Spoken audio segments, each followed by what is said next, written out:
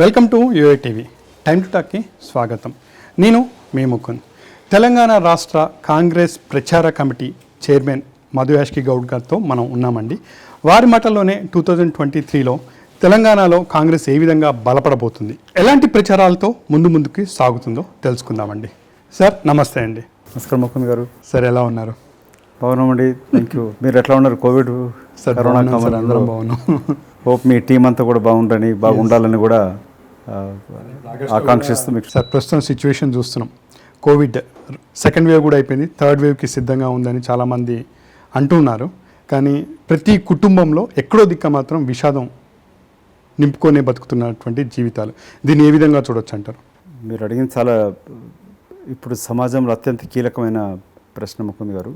నా సొంత కుటుంబంలో నలుగురిని కోల్పోవడం జరిగినది. పెద్ద బావ, పెద్ద వదిన, ఇద్దరు చిన్నాన్నలు, ఎంతోమంది కుటుంబ సభ్యులని, మిత్రులు, బంధువులు కోల్పోవడం జరుగుతుంది.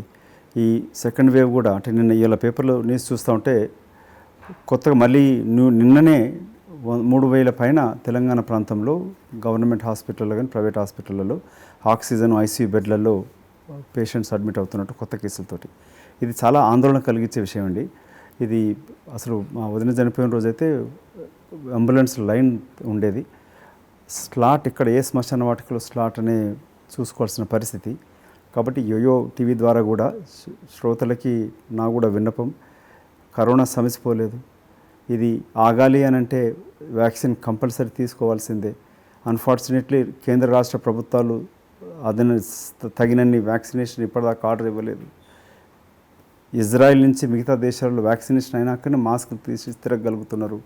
ఈ డెల్టా వేరియంట్ తోటి మళ్ళీ కొత్తగా వస్తూ ఉంది. ప్రమాదం సమసిపోలేదు. కాబట్టి మీరు, మీ కుటుంబలాదులు, స్నేహితులు, బంధువులు కూడా జాగ్రత్తలు తీసుకుంటూ ఈ థర్డ్ వేవ్ నుంచి రక్షణ పొందుతూ క్షేమంగా ఉండాలని కోరుకుంటున్నానండి. ఎంత కోవిడ్ ఉన్నా ఏమున్నా ఇప్పుడు తెలంగాణ రాష్ట్రం చూసుకుంటే మాత్రం రాజకీయాలతో వేడెక్కుతుంది రోజు రోజుకి. 2023 ఎలక్షన్స్ ఇప్పుడే వచ్చినాయి అన్నట్టు మొత్తం కనిపిస్తూ ఉంది. ఎక్కడ చూసినా కానీ ఆ వాతావరణం కానీ ఒక విధంగా పండగ వాతావరణం ఉందనుకుంటే ఒక విధంగా ఇప్పుడు రాజకీయాల్లో బోనాల పండుగ. కానీ దీన్ని ఏ విధంగా చూడొచ్చు అంటారు? అన్ఫార్చునేట్లీ అండి, కల్వకుంట్ల చంద్రశేఖరరావు తన జీవితం అంతా, రాజకీయ జీవితం అంతా కూడా ఎన్నికల చుట్టూ తిప్పుతూ లబ్ధి పొందుతూ వస్తున్నాడు. తెలంగాణ రాష్ట్రం అంటే పోరాటం తెలంగాణ కొరకు ఎందుకు జరిగింది 60 ఏళ్ళ నుంచి? నిధుల కొరకు అనుకుంటేనేమో ఆ నిధులు కాస్త కల్వకుంట్ల కుటుంబం కాజేసింది 7 సంవత్సరాల కాలంలో. నీళ్ళేమో గతంలో ఆంధ్ర పాలకులు దోచుకుంటారని చెప్పి మాట్లాడిన వ్యక్తి ఇవాళ వాళ్ళకే దోచిపెడతా ఉన్నాడు. ఇక నియామకాలేమో నిండా ముంచినడు. నియామకాలు లేక ఎంతోమంది యువకులు ముకుంద్ గారు ఉద్యోగాలు అంటే ఎంబీఏ, ఎంబీబీఎస్ చదివి, కంప్యూటర్ ఇంజనీరింగ్ చదివి ఆటో డ్రైవర్లుగా, ట్రాక్టర్ డ్రైవర్లుగా, సేల్స్ మెన్గా పనిచేస్తూ ఉన్నారు. అంటే తల్లిదండ్రులకి ఇంకా భారం కాగొద్దని.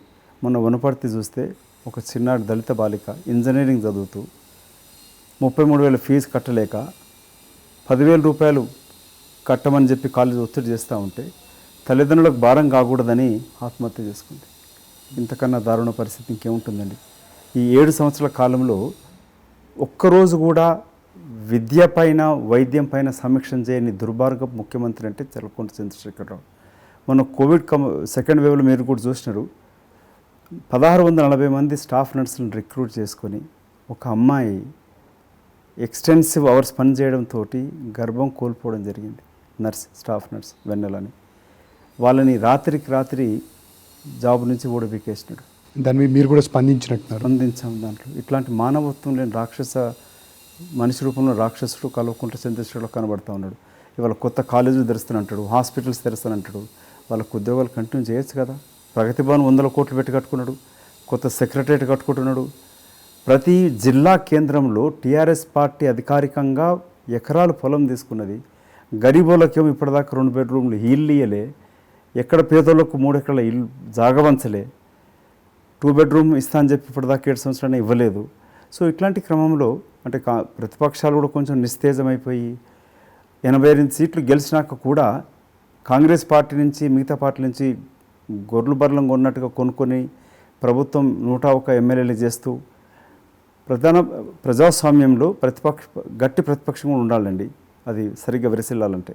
సో ప్రతిపక్షమే లేకుండా చేయాలనేది నిరంకుశమవుతుంది. తను చేస్తున్న దోపిడీని ప్రశ్నిస్తారనే భయంతో ప్రతిపక్షం లేకుండా చూస్తున్నాడు ఈ కల్వకుంట్ల చంద్రశేఖరరావు. సరే, ఎలక్షన్స్ దగ్గరికి వచ్చే ముందు ఒక్కసారి మనం కాంగ్రెస్ పార్టీలోకి వస్తే, రేవంత్ రెడ్డి గారి నియామకం జరిగిన తర్వాత చాలా అసంతృప్తి జ్వాలలు చెలరేగాయి కాంగ్రెస్ పార్టీలో. ఇప్పుడు ఆ అసంతృప్తి జ్వాలలు చల్లారాయా? అడిగిన మాట వాస్తవము.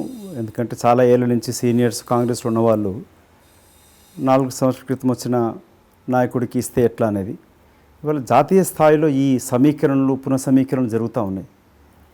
బీజేపీ నుంచి కాంగ్రెస్కి, కాంగ్రెస్ నుంచి బీజేపీకి, మిగతా పార్టీలకు వెళ్తూ ఉన్నారు. సో ఇట్లాంటి సమయంలో అప్పుడు కాంగ్రెస్లో వారు వస్తానన్నప్పుడు ఆహ్వానించినాము, వర్కింగ్ ప్రెసిడెంట్కి ఇచ్చాము, ఎంపీ సీటు ఎమ్మెల్యే ఓడిపోతే ఎంపీకి కూడా ఇచ్చినాము. ఇవన్నీ జరిగినాక తను కూడా అధ్యక్ష పదవి కోరుకోవడంలో తప్పేం లేదు.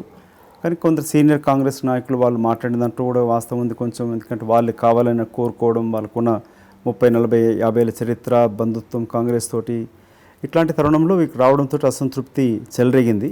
అది స్లోలీ సమసిపోతూ ఉంది.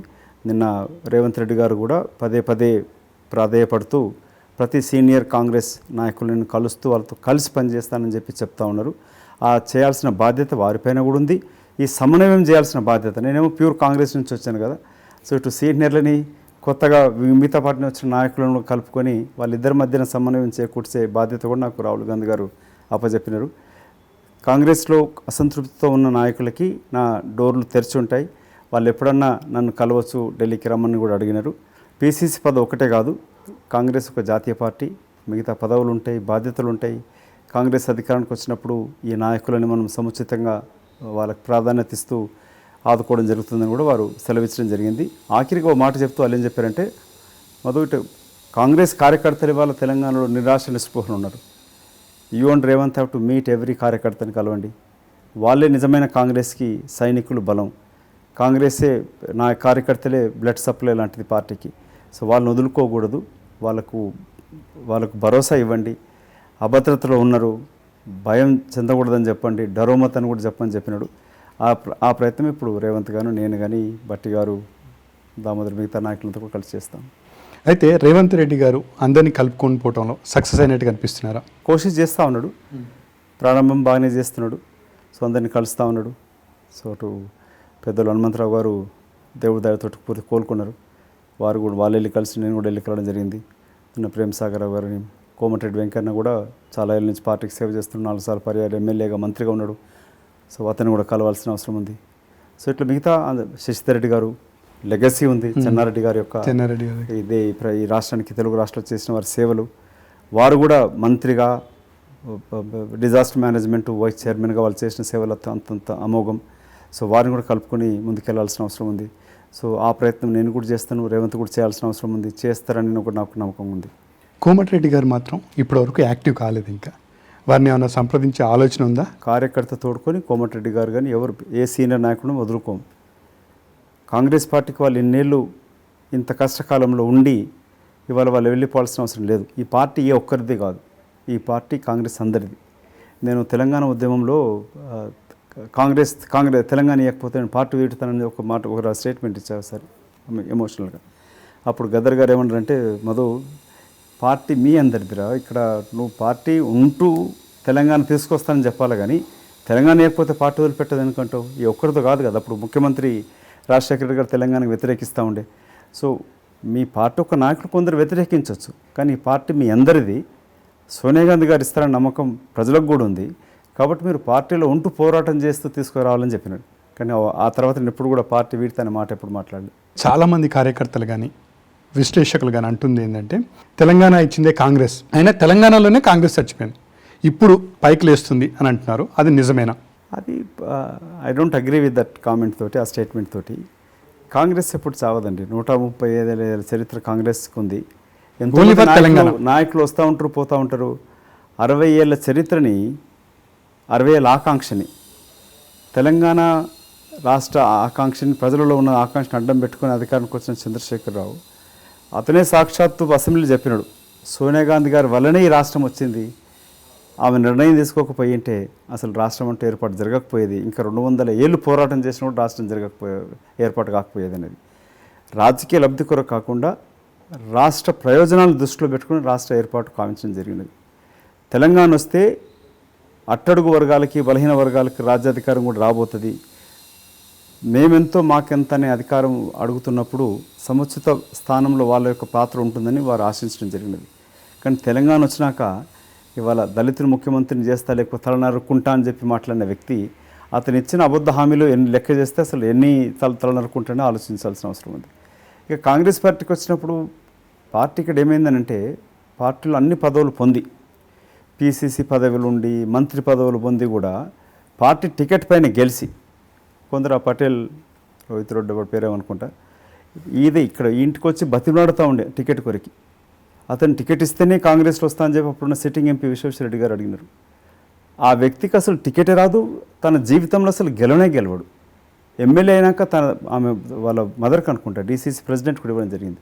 ఇట్లాంటి ఎంతోమంది ద్రోహులు అక్కడ ఇల్లందులు అనుకుంటా ఒక అమ్మాయి టీడీపీకి వెళ్ళి వచ్చి కాంగ్రెస్ ఎన్నో ఏళ్ళ నుంచి ఉన్న వాళ్ళని వదిలిపెట్టుకొని కూడా రాహుల్ గాంధీ గారు సరే చదువుకున్నది కాలేజ్ ఉంటుంది కానీ ఆమెకు టికెట్ ఇచ్చినారు.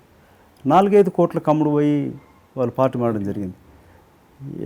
మంత్రి సమైక్య ఆంధ్రప్రదేశ్ రాష్ట్రానికి మంత్రి హోంమంత్రిని చేస్తే ఆమె తమ అక్రమ ఆర్జనకి కేసులకు తప్పించుకోవడానికి దాంట్లో చేరింది. ఎలాంటి ఆస్తిపాస్తులు లేని వ్యక్తులకు మామూలు వ్యక్తులకు కాంగ్రెస్ పార్టీ చైర్మన్లు చేసి టికెట్ ఇచ్చి గెలిచినాక ఈ ఓరార్ చుట్టూ అక్రమంగా ల్యాండ్ ఆక్యుపై చేసుకొని కబ్జాలు పెట్టుకొని మిగతా రియల్ ఎస్టేట్ తోటి కుమ్ముక్కైపోయి 100,000 కోట్లు గడించినా కూడా పార్టీ పట్టించుకోలేదు. అటువంటి వాళ్ళు కూడా ఇవాళ కష్టకాలంలో పార్టీ వదిలిపెట్టిపోయినారు. కానీ కార్యకర్తలు ఉన్నారు. ప్రతి జిల్లా ప్రతి గ్రామంలో కాంగ్రెస్కి కార్యకర్తలు ఉన్నారు. అది బీజేపీకి లేరు. సో వాళ్ళు తెలంగాణ ప్రజలు కాంగ్రెస్ను ఓడించిన ముకుంద్ సోనియా గాంధీని అంటే ఒక తల్లిగా పూజిస్తూ ఉన్నారు, తెలంగాణ దేవతగా భావిస్తూ ఉన్నారు. అందుకే కాంగ్రెస్ పార్టీ ఇక్కడ చావదు, కాంగ్రెస్ పార్టీ బతికే ఉన్నది. దొంగలు ద్రోహులు ద్రోహం చేసి పోయినా కార్యకర్తలు మాత్రం ఇంకా ఉన్నారు. వాళ్ళపైన అక్రమ కేసులు పోలీసు వాళ్ళనే ఇవాళ కొందరు పోలీస్ అధికారులు అధికార పార్టీ అఫీషియల్ గూండాలుగా మారినారు. వాళ్ళు సిఐలు ఎస్ఐలు బెదిరించి పార్టీలో చేర్పిస్తూ ఉన్నారు. ఎంపీటీసీలని సర్పంచ్లని జెడ్పీటీసీలని ఇంకోరైనా ఎదుగుతూ వాళ్ళపైన దొంగ కేసులు బనాయిస్తూ ఉన్నారు. అందుకే వాళ్ళ కొరకు నేను ఇక్కడ లీగల్ ఎయిడ్గా లాయర్ కూడా నేను మా లీగల్ సెల్ అధ్యక్షునితో దామోదర్ రెడ్డి ఇంకా మిగతాతో మాట్లాడడం జరిగింది. లీగల్ ఎయిడ్ కూడా ఏర్పాటు చేస్తూ ఉచితంగా న్యాయ సహాయం కూడా సలహాలు కూడా కార్యకర్తలకు అందిస్తాం. సో కాంగ్రెస్ పార్టీ తిరిగి అంటే ఈ దేశానికి స్వాతంత్రం తీసుకొచ్చింది కాంగ్రెస్, తెలంగాణ ఏర్పాటు చేసింది కాంగ్రెస్. రేపు కేసీఆర్ రాబందుల సమితి పార్టీని ఓడగొట్టేది కూడా కాంగ్రెస్. ఈ అస్తం దెబ్బకు కారు బోరున పడుతుంది, బండి ఆ బీజేపీ బండి బోల్తా పడడం ఖాయం. మరి తెలంగాణ ఇచ్చిన పార్టీగా కాంగ్రెస్ ఉంది, కానీ 7 సంవత్సరాల నుంచి ఎక్కడ ఉనికి కూడా చాటలేకపోతుంది. ఎక్కడ లోపం జరిగిందంటారు? ఉనికి లేదని కాదు, 2014లో అప్పటిదాకా 10 years ఉన్న ఇన్కంబెన్స్ కూడా పనిచేసింది ఒకటి.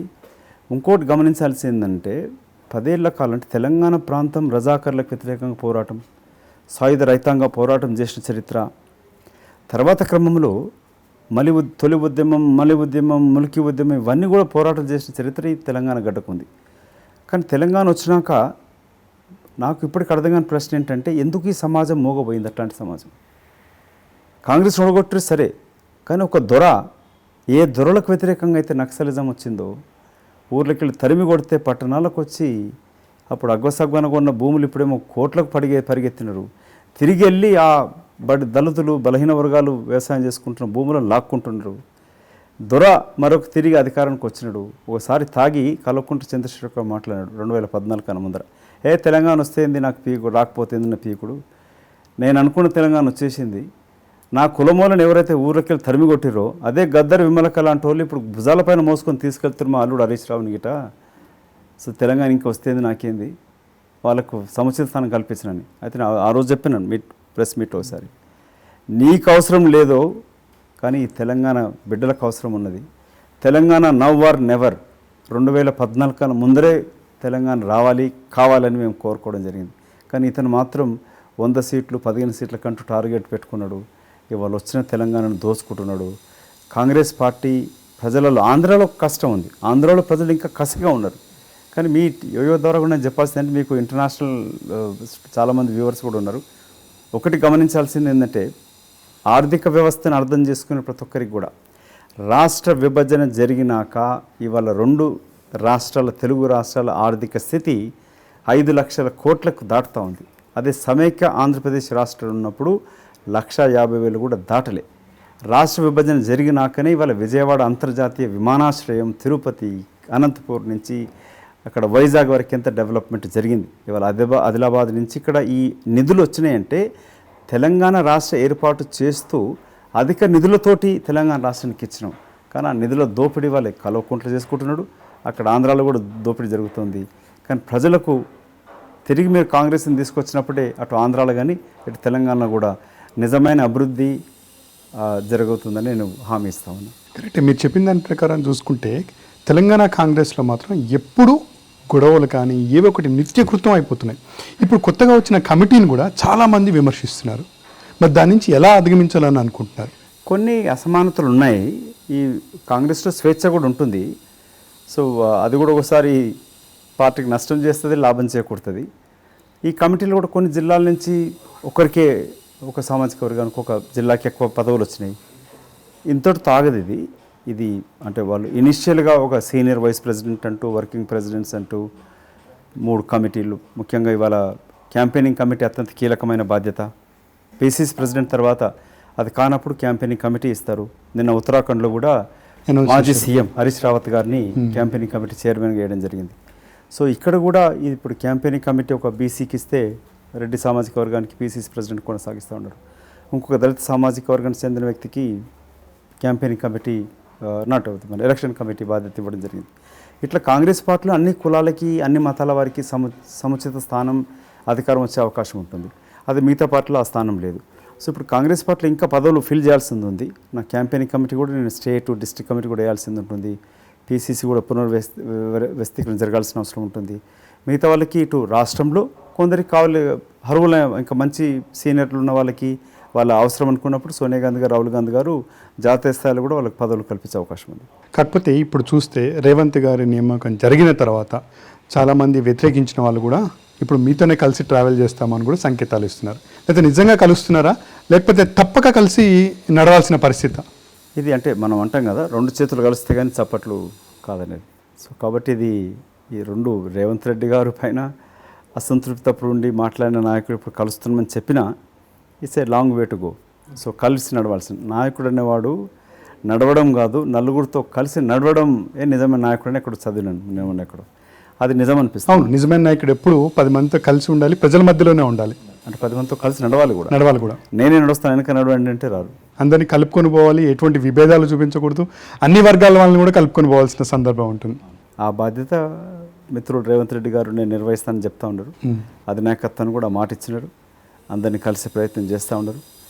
అక్కడెక్కడ ఎక్కువ తక్కువలు ఉంటే నేను ఉన్నాను కదా, మైహూనా అన్నట్టు నేను సమన్వయపరుస్తూ ఉంటాను. సరే, 7 సంవత్సరాల నుంచి చూసుకుంటే ప్రతిసారి ఎలక్షన్లో ఓడిపోవడమే జరుగుతూ ఉంది. ఇంతమంది సీనియర్స్ ఎందుకు కలుపుకొని పోవడంలో ఫెయిల్యూర్ అయ్యారు? దాంట్లో అంటే ఒకసారి అంటే 2 ఎలక్షన్స్ ఓడిపోయే వరకు ఎవరికైనా నిరుత్సాహం ఏర్పడుతుంది. సరే, ఉత్తమ్ కుమార్ రెడ్డి గారు అప్పుడున్న టీం సాయశక్తులు ప్రయత్నం చేసిన కంటిన్యూ ఎలక్షన్స్ ఓడిపోవడంతో కూడా మనోధైర్యం కూడా కోల్పోవడం జరుగుతుంది. సో ఇది పిసిసి మార్పు అనేది జరగాల్సి ఉండే, అది కూడా ఆలస్యమైంది చాలా. అది ఎప్పుడు జరిగేది ఉండే. ఇన్ఛార్జ్ కూడా అన్ని సంవత్సరాలు కొనసాగించొద్దు, అతను కొనసాగించడంతో ముందు సెక్రటరీ ఇన్ఛార్జ్గా రావడంతో ఎవరు మాట వినకుండా పోయినారు. అతను కూడా పూర్తి ఇంట్రెస్ట్ కూడా పోయింది. ఎదుట్లో వచ్చి గాలికి వచ్చిపోతూ ఉండే. తెలంగాణ చాలా చిన్న రాష్ట్రం అండి. ఇక్కడికి వచ్చిన వాళ్ళు అంటే రోజుకో జిల్లా తిరిగి రావచ్చు. నేను ఇంకా కర్ణాటక ఇన్ఛార్జ్గా ఉన్నాను. అక్కడ నేను ప్రతి జిల్లా అంటే మేము బూత్ లెవెల్ దగ్గర కూడా వెళ్ళి పనిచేయడం జరిగింది, ఏఐసీ సెక్రటరీ ఉండి కూడా. సో తెలంగాణ రాష్ట్రంలో ఈ నాయకులందరూ కూడా అంటే వచ్చేవాళ్ళు ఏఐసీ సెక్రటరీ రాహుల్ గాంధీ ఇచ్చిన ఆదేశం ఏంటంటే ఏఐసీసీ సెక్రటరీ అనే వాళ్ళు ఒక బాస్గా కాకుండా ఆ రాష్ట్రానికి వెళ్ళి సమన్వయకర్తగా ఉండాలి, ఆ రాష్ట్రంలో వెళ్ళి పెత్తనం చెలాయించొద్దని చెప్పి వారు ఆదేశించడం జరిగింది. సో ఆ విధంగా పనిచేయాల్సిన అవసరం ఉంది. సో ఈ వరుస అపజయాలతోటి మిగతా అన్నిటితోటి కొత్త నిస్తేజం అనేది ఉండే కాంగ్రెస్ పార్టీలో. అది ఇవాళ తిరిగి ఒకసారి మళ్ళీ ఒక హోప్ అంటూ వస్తూ ఉంది. కార్యకర్తల ముందుకు మాత్రం ఛార్జప్ అయి ఉన్నారు. మిగతా సివిల్ సొసైటీ వాళ్ళు కూడా అంటే వాళ్ళు తెలంగాణ వాదులు కూడా మరొకసారి తలెత్తుకొని కాంగ్రెస్ వైపు చూస్తూ ఉన్నారు. బీజేపీకి అది లేదు కానీ కాంగ్రెస్కు ఉన్నది. అయితే ఇక్కడ ఒక ప్రశ్న, రేవంత్ గారు రాక మునుపు బీజేపీ వర్సెస్ తెరాస ఉంది, కానీ రేవంత్ గారిది ఎప్పుడైతే నియామకం జరిగిందో అప్పుడు తెరాస వర్సెస్ కాంగ్రెస్ వచ్చింది. ఇప్పుడు ఇది రేవంత్ గారి ఘనత అని చెప్పుకోవాలా, కాంగ్రెస్ ఘనత అని చెప్పుకోవాలా? అది ఒక వ్యక్తితోటి ఎప్పుడు ఉండదండి. ఇక్కడ కాంగ్రెస్ పార్టీ కొత్త టీం.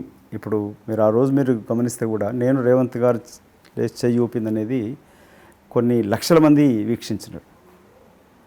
అంటే ఈ జోడీ బాగుంది అనేది ప్రచార కమిటీ చైర్మన్, పిసిసి అధ్యక్షుడు కీలక బాధ్యతలు ఉంటుంది. రాహుల్ గాంధీ గారు కూడా మీరు జోడెద్దులాగా పనిచేయమని చెప్పినారు. నేను అంటే మీ ఇద్దరంతోనే అయిందని అనట్లా. కొత్త టీం, ఇప్పుడు కొత్త వర్కింగ్ ప్రెసిడెంట్లు, సీనియర్ వైస్ ప్రెసిడెంట్లు. ఇప్పుడు జగ్గారెడ్డి గారు ఒక ప్రముఖ నాయకుడు అక్కడ. అవును. సో అజరుద్దీన్కి ఇంకా స్టార్ వాల్యూ ఉంది. గీతారెడ్డి గారు వారికి ఉన్న వాల్యూ వాళ్ళకి ఉంది. ఒక మంత్రిగా ఎన్నో సేవలు చేసినది. అంజన్ కుమార్ యాదవ్ ఇటు జంటనగర్ నుంచి వచ్చి, మహేష్ కుమార్ గౌడ్ ఎన్ఎస్యూ నుంచి వచ్చినాడు. సో ఇట్లా వాళ్ళు వర్కింగ్ ప్రెసిడెంట్లు, సీనియర్ వైస్ ప్రెసిడెంట్ తోటి అంతా కలుపుకున్నప్పుడు కూడా ఒక కమిటీ నూతన హోప్ని క్రియేట్ చేస్తూ ఉంది. కాబట్టి ఇది అంటే ఏ ఒక్కరితోటి నేను రేవంత్తో ఎవరో ఒక్కరని చేస్తే రాదు. ఇది ఇట్స్ ఎ టీమ్ వర్క్. కార్యకర్తలు లేస్తారు కాబట్టే అది కాంగ్రెస్ వైపు చూస్తూ ఉన్నారు. కాంగ్రెస్ కార్యకర్తలలో ఆ నూతన ఉత్సాహం, ఒక హోప్ అనే క్రియేట్ అయినప్పుడు రాష్ట్ర నాయకత్వం కూడా స్పందించాలి. ఆ రాష్ట్ర నాయకత్వానికి దిశ నిర్దేశించేది సోనియా గాంధీ గారు, రాహుల్ గాంధీ గారు. నేను మొదట చెప్పాను కదా, రాహుల్ గాంధీ గారు, సోనియా గాంధీ గారి పైన తెలంగాణలో ఇప్పటికీ పూర్తి నమ్మకము, దేవతగా సోనియా గాంధీని పూజిస్తారు. రాహుల్ గాంధీ గారు అత్యంత పాపులర్ నాయకుడు తెలంగాణలో. కాంగ్రెస్ పార్టీ వారి దిశతోనే ఈ పార్టీ ఇక్కడ కొనసాగుతుంది. మిత్రుడు రేవంత్ గారు కానీ నేను కానీ మా నినాదం కూడా సాధించుకుంది సగం తెలంగాణ, సాధించాల్సింది సంపూర్ణ తెలంగాణ. సామాజిక న్యాయం ఉండాలి, స్వేచ్ఛ ఉండాలని కూడా మేము ప్రజలకు చెప్తా ఉన్నాం. ఒక ప్రజా స్వతంత్రం కోరుకునే, స్వేచ్ఛ కోరుకునే ఈ తెలంగాణ గడ్డ ఇవాళ అణచివేతకు గురవుతుంది. ఎన్కౌంటర్లు జరుగుతూ ఉన్నాయి, నిర్బంధానికి గురవుతుంది. ప్రశ్నించే ప్రొఫెసర్ కాసిమ్నేమో దేశద్రోహ కేసులు పెడుతున్నారు. వరహర్రావు సార్ని తీసుకెళ్ళిపోయి మహారాష్ట్రలో కేసులు పెట్టి మూసేసినారు. ఇటు ఎవరు మాట్లాడితే జర్నలిస్టు, మీరంటే కొందరు జర్నలిస్టులను ప్రశ్నిస్తే వాళ్ళ ఛానళ్ళ పైన దాడులు, మూసివేయడం జరుగుతూ ఉంది. సో ఇట్లాంటి తెలంగాణ కాదు కోరుకుంది కాంగ్రెస్. ఆశించిన తెలంగాణ ప్రజలు కోరుకున్న తెలంగాణ ఇది కాదు. ప్రతి ఒక్కరు స్టార్ క్యాంపెయిన్, ప్రతి ఒక్కరికి ఒక వాల్యూ ఉంది, ప్రతి ఒక్కరికి ఒక సీనియారిటీ ఉంది. కాంగ్రెస్లో 7 years నుంచి ఈ సీనియర్లు, ఈ స్టార్ క్యాంపెయిన్స్ ఎక్కడికి వెళ్ళారు? 2018లో ఇప్పుడు మా దగ్గర స్టార్లు అనుకునే వాళ్ళు పదవులు ఉండే, సిట్టింగ్ ఎమ్మెల్యేలు ఉండే, ఎమ్మెల్యేలు కోడిపోయినారు. ఈ పార్టీ నుంచి వెళ్ళిపోయి ఇప్పుడు బీజేపీలో నేషనల్ వైస్ ప్రెసిడెంట్ అనుకుంటున్న స్టార్ అనుకునే వాళ్ళు కూడా, ఆ మహిళా నాయకురాలు కూడా ఎమ్మెల్యేకి ఓడిపోయింది.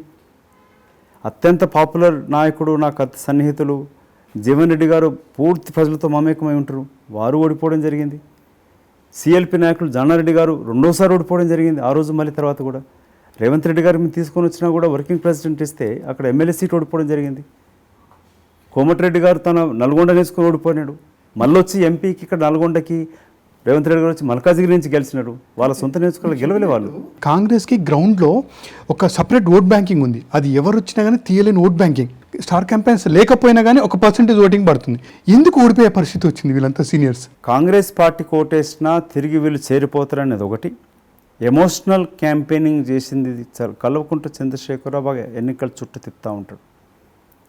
ఇవాళ దళితుల ముఖ్యమంత్రిని చేయలే, దళిత 3 ఎకరాలు ఇవ్వలే, దళిత ఆఫీసర్లకు పోస్టింగ్స్ ఇవ్వలే, రిక్రూట్మెంట్ ఎక్కడ జరగలే. అయినా ఇవాళ కొత్త స్కీమ్ అంటూ, దళిత బంధు అంటూ దాని ఒక ప్రచారం చేస్తూ ఉన్నాడు, దుష్ప్రచారంతో కొనసాగిస్తూ ఉన్నాడు.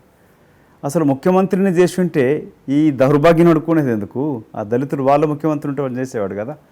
కానీ అది చేయకుండా మభ్య పెడుతూ కుటుంబానికి 10 లక్షలు ఇస్తాను అంటున్నాడు. సో ఇట్లాంటి ఎన్నికల చుట్టూ తిప్పుతని మీ గతంలో కూడా చెప్పడం జరిగింది. సో మీరు అన్నట్టు ఈ నాయకులంతా ఎక్కడ పోయినరు అని అంటే అందరూ ఉన్నారు, కానీ మేబీ అలయన్స్ ద టీడీపీ దెబ్బ కొట్టిందేమో పోయినసారి, మిగతా కారణాలు అయ్యుండొచ్చు. సో దాన్ని సమీక్షించాల్సిన అవసరం ఉంది. దుబ్బాక ఎన్నికలలో కూడా కొత్తగా ఇన్ఛార్జ్ వచ్చిన అతను ప్రతి కాంగ్రెస్, సిఎల్పి, పిసిసి, ఎంపీలని, ఎమ్మెల్యేని ఒక బూత్కి ఇన్ఛార్జ్గా చేసేసినాడు. అతను కూడా నమ్మినాడు, వచ్చేస్తుంది వేవ్ వచ్చేసింది, మధుబాయ్ ఆ సెకండ్ ప్లేస్ జీత్ జారే అన్నాడు. నాకు సర్వే అప్పటికే వచ్చిండే, మేము డిపాజిట్ వచ్చేటట్లేదనేది. నేను అట్లా లేదు ఉన్నదని చెప్పినాడు. సో ఇట్లా మనం గ్రౌండ్ రియాలిటీకి దూరంగా ఉన్నప్పుడు ఈ ప్రాబ్లమ్స్ వస్తాయి.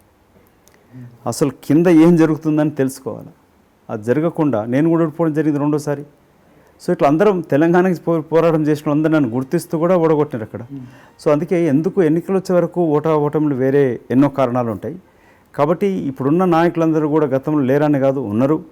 కానీ కాంగ్రెస్ ఓట్ బ్యాంకు తగ్గుతూ వచ్చింది.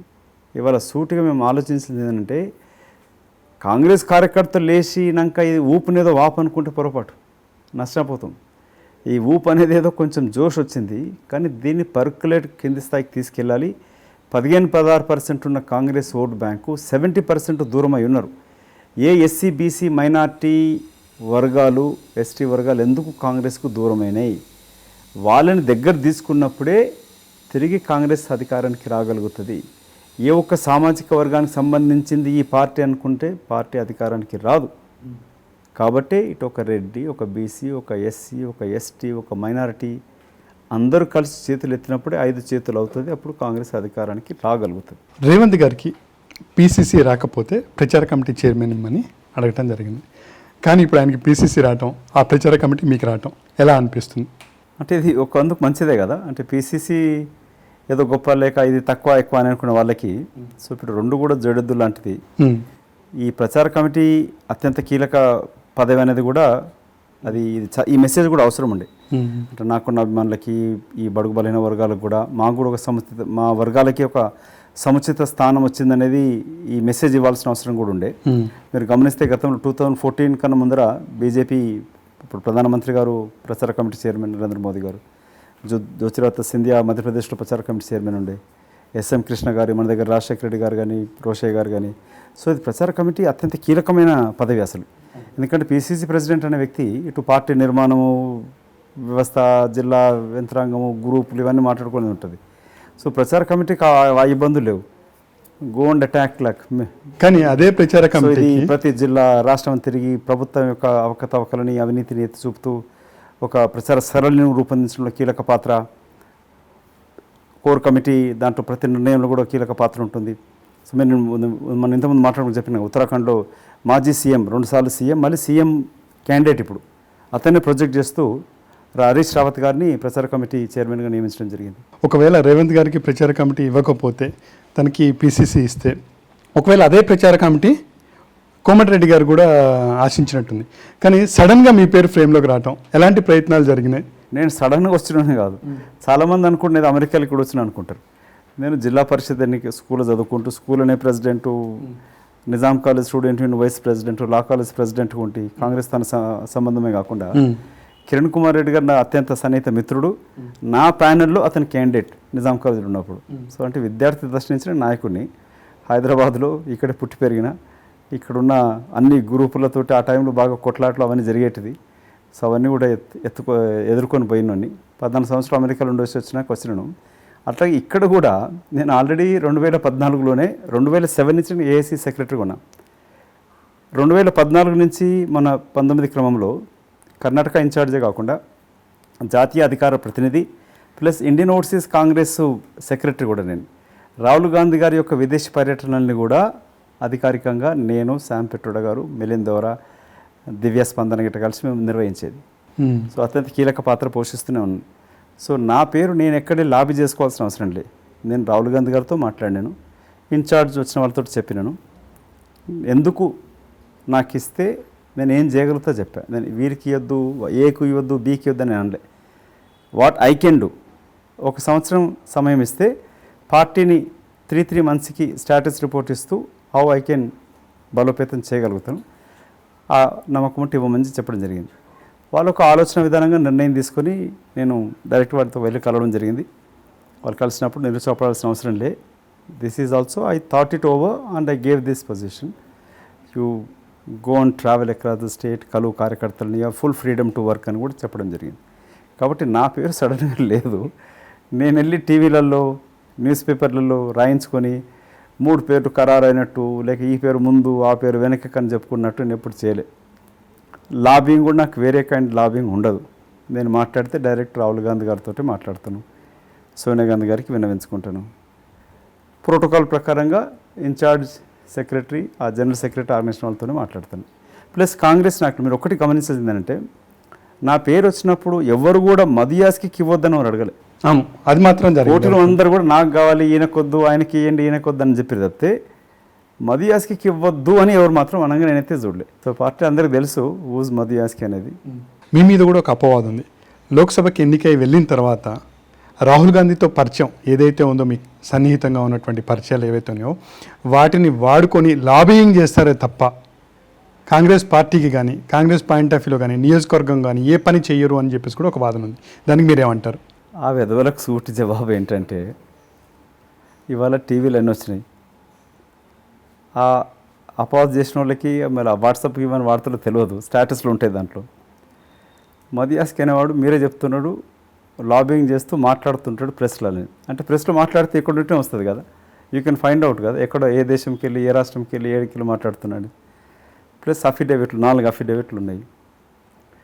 తెలంగాణ రాష్ట్ర పోరాటం చేయడమే కాకుండా ఇదే చెట్ల సంతోష్ చెప్పిన కదా, ఫోన్ చేసి అంటుండే అన్న కేసీఆర్ మాట్లాడతారట అని చేస్తుండే. నేను ఎప్పుడు వాళ్ళ ఇంటికి పోలే. ఏంటంటే తమ్మి ఏమవుతున్నది, సోనియా గాంధీ ఏమంటున్నది, రాహుల్ గాంధీ ఇటేమైనా ఒప్పుకుంటుండా, మనం పార్లమెంట్ ఇట్లా చేయాలి, ఓసారి రాష్ట్రపతి ప్రసంగం అడ్డుకుందాం అన్నాడు. తెల్లారి పత్తలేడు. మేము పొన్నం ప్రభాకర్, రాజయ్య, బలరాం అందరు కలిసేసి పోస్టర్లు పెట్టుకొని భారత పార్లమెంట్ చరిత్రలో మొట్టమొదటిసారి రాష్ట్రపతి ప్రసంగాన్ని అడుక్కున్నాం సెంట్రల్ హాల్లో. చంద్రశేఖరరావు తాగి వండుకుని ఎక్కడ ఉండో రానేలే, మేము చూస్తాం వెనక తిరిగి చూస్తాను ఎక్కడ వస్తాడేమని, రానేలేదు పార్లమెంట్కి రాలి. గాంధీ స్టాచ్యూ ముందు ధర్నా అన్నాడు, లోపల రాష్ట్రపతి ప్రసంగం అడుక్కుందాం అన్నాడు, పత్తా లేకుండే. సో మధుయాస్కి ఎక్కడ ఉంటాడు ఏందనేది తెలంగాణ ఉద్యమంలో చంద్రశేఖరరావుకే కబర్ లేదు. ఇదే ఎర్రబెల్లి దయాకర్రావు గల్లా పట్టుకున్నా. అతను తెలుగుదేశం పార్టీతో బై ఎలక్షన్ గెలిచి వచ్చినాక సివిల్ న్యూక్లియర్ బిల్లు పైన జరుగుతున్నప్పుడు ఆదికేశ్వరుని సంతకం పెట్టకుండా ఆపుతూ ఉండే, ఓటేయకుండా. గల్లా లిటరల్లీ హోల్డ్ గల్లా బట్టి బయటికి గుంజినాడు. లగడపాటి నేను ఇద్దరం కొట్టుకున్నాం అక్కడ పార్లమెంట్లో ఆయన పేపర్ స్టే చేసినాక. సో తెలంగాణ ఉద్యమంలో మదియాస్కి పాత్ర ఇక్కడ మా ఇంటి నుంచి ఎన్ని మీటింగ్ జరుగుతుండే, అజిత్ సింగ్ నుంచి గారు ఎవరెవరు ఇక్కడికి వస్తుండే అందరికీ విదితం. బాబ్లీ ప్రాజెక్టు పైన ఇలా బాబ్లీ ప్రాజెక్టులు గేట్లు ఎత్తి ఎస్ఆర్ఎస్పి ఎండిపోకుండా నీళ్ళు వస్తున్నాయంటే అది మధుయాస్కి వేసిన సుప్రీంకోర్టులో న్యాయవాదిగా పార్లమెంట్ సభ్యుడు వేసిన కేసు తోటి వస్తున్నాయి. ఇదే కల్వకుంట్ల చంద్రశేఖర్ బాబ్లీతో ఏమైతుందని చెప్పి మాట్లాడినాడు. తర్వాత అది వాళ్ళ వినోదం పంపించి నా పిటిషన్లో వాళ్ళు జాయిన్ అయినారు. సో తెలంగాణ నిధుల కొరకి నిజామాబాద్ పార్లమెంట్ నియోజకవర్గంలో ఎంతోమంది గల్ఫ్ కార్మికులు ఉంటారు. వాళ్ళు హైదరాబాద్కి రావాలంటే పాస్పోర్ట్ కొరకి వాళ్ళకు 3-4 వేలు ఖర్చు అవుతుంది. అటువంటిది దేశంలో మొట్టమొదటిసారి బాలభాస్కర్ అని మంచి very dignified decent passport officer మొట్టమొదటిసారి పాస్పోర్ట్ ఆఫీస్ని నిజామాబాద్ తీసుకెళ్ళి అక్కడ వీకెండ్ క్యాంప్ పెట్టి పోలీస్ వెరిఫికేషన్ అక్కడిదక్కడ ఇప్పించి 1600 పాస్పోర్ట్ 2 డేస్లు ఇప్పించింది. పాస్పోర్ట్ ఆఫీస్ కేంద్రం నిజామాబాద్ తీసుకొచ్చినాడు. 2009లో ఏమాహేమీలైనా కాంగ్రెస్ అధికారానికి వచ్చినాక స్పీకర్ సురేష్ రెడ్డి, డి శ్రీనివాస్ గారు, మంత్రులు జీవన్ రెడ్డి, రత్నాకర్ రావు గారు వీళ్ళంతా ఓడిపోయి నేను గెలిచినాను. అంటే 2,40,000 మంది ఒక ఓటు కాంగ్రెస్, ఇంకో ఓటు ఇంకో పార్టీకి వేసినారు. సుదర్శన్ కూడా అక్కడ ఓడిపోతుండే, ఒక బూత్ అటు మారంతో వచ్చింది. సో ఇది కాంగ్రెస్ పార్టీ మధుయాస్కి యొక్క చరిత్ర. ఎక్కడ ఉంటాడు, ఏం చేస్తాడు, ఇవన్నీ. తర్వాత నా ఆస్తుపాస్తులు అనేది it's all white book, anyone can see. వాళ్ళు చూడమని చెప్పండి. తెలంగాణ రాజకీయాలకు రాకముందు, తెలంగాణ రాకముందు ఉన్న ఈ రాబందుల సమితి దొంగలు పక్షుల యొక్క ఆస్తుపాస్తులు ఏముండే, ఇప్పుడు ఎన్ని ఉన్నాయి, ఎట్లా వచ్చినాయి. సో ఇప్పుడు తెలంగాణ వచ్చినాక కూడా అంటే 2014 ఓడిపోయినా కూడా ముకుంది.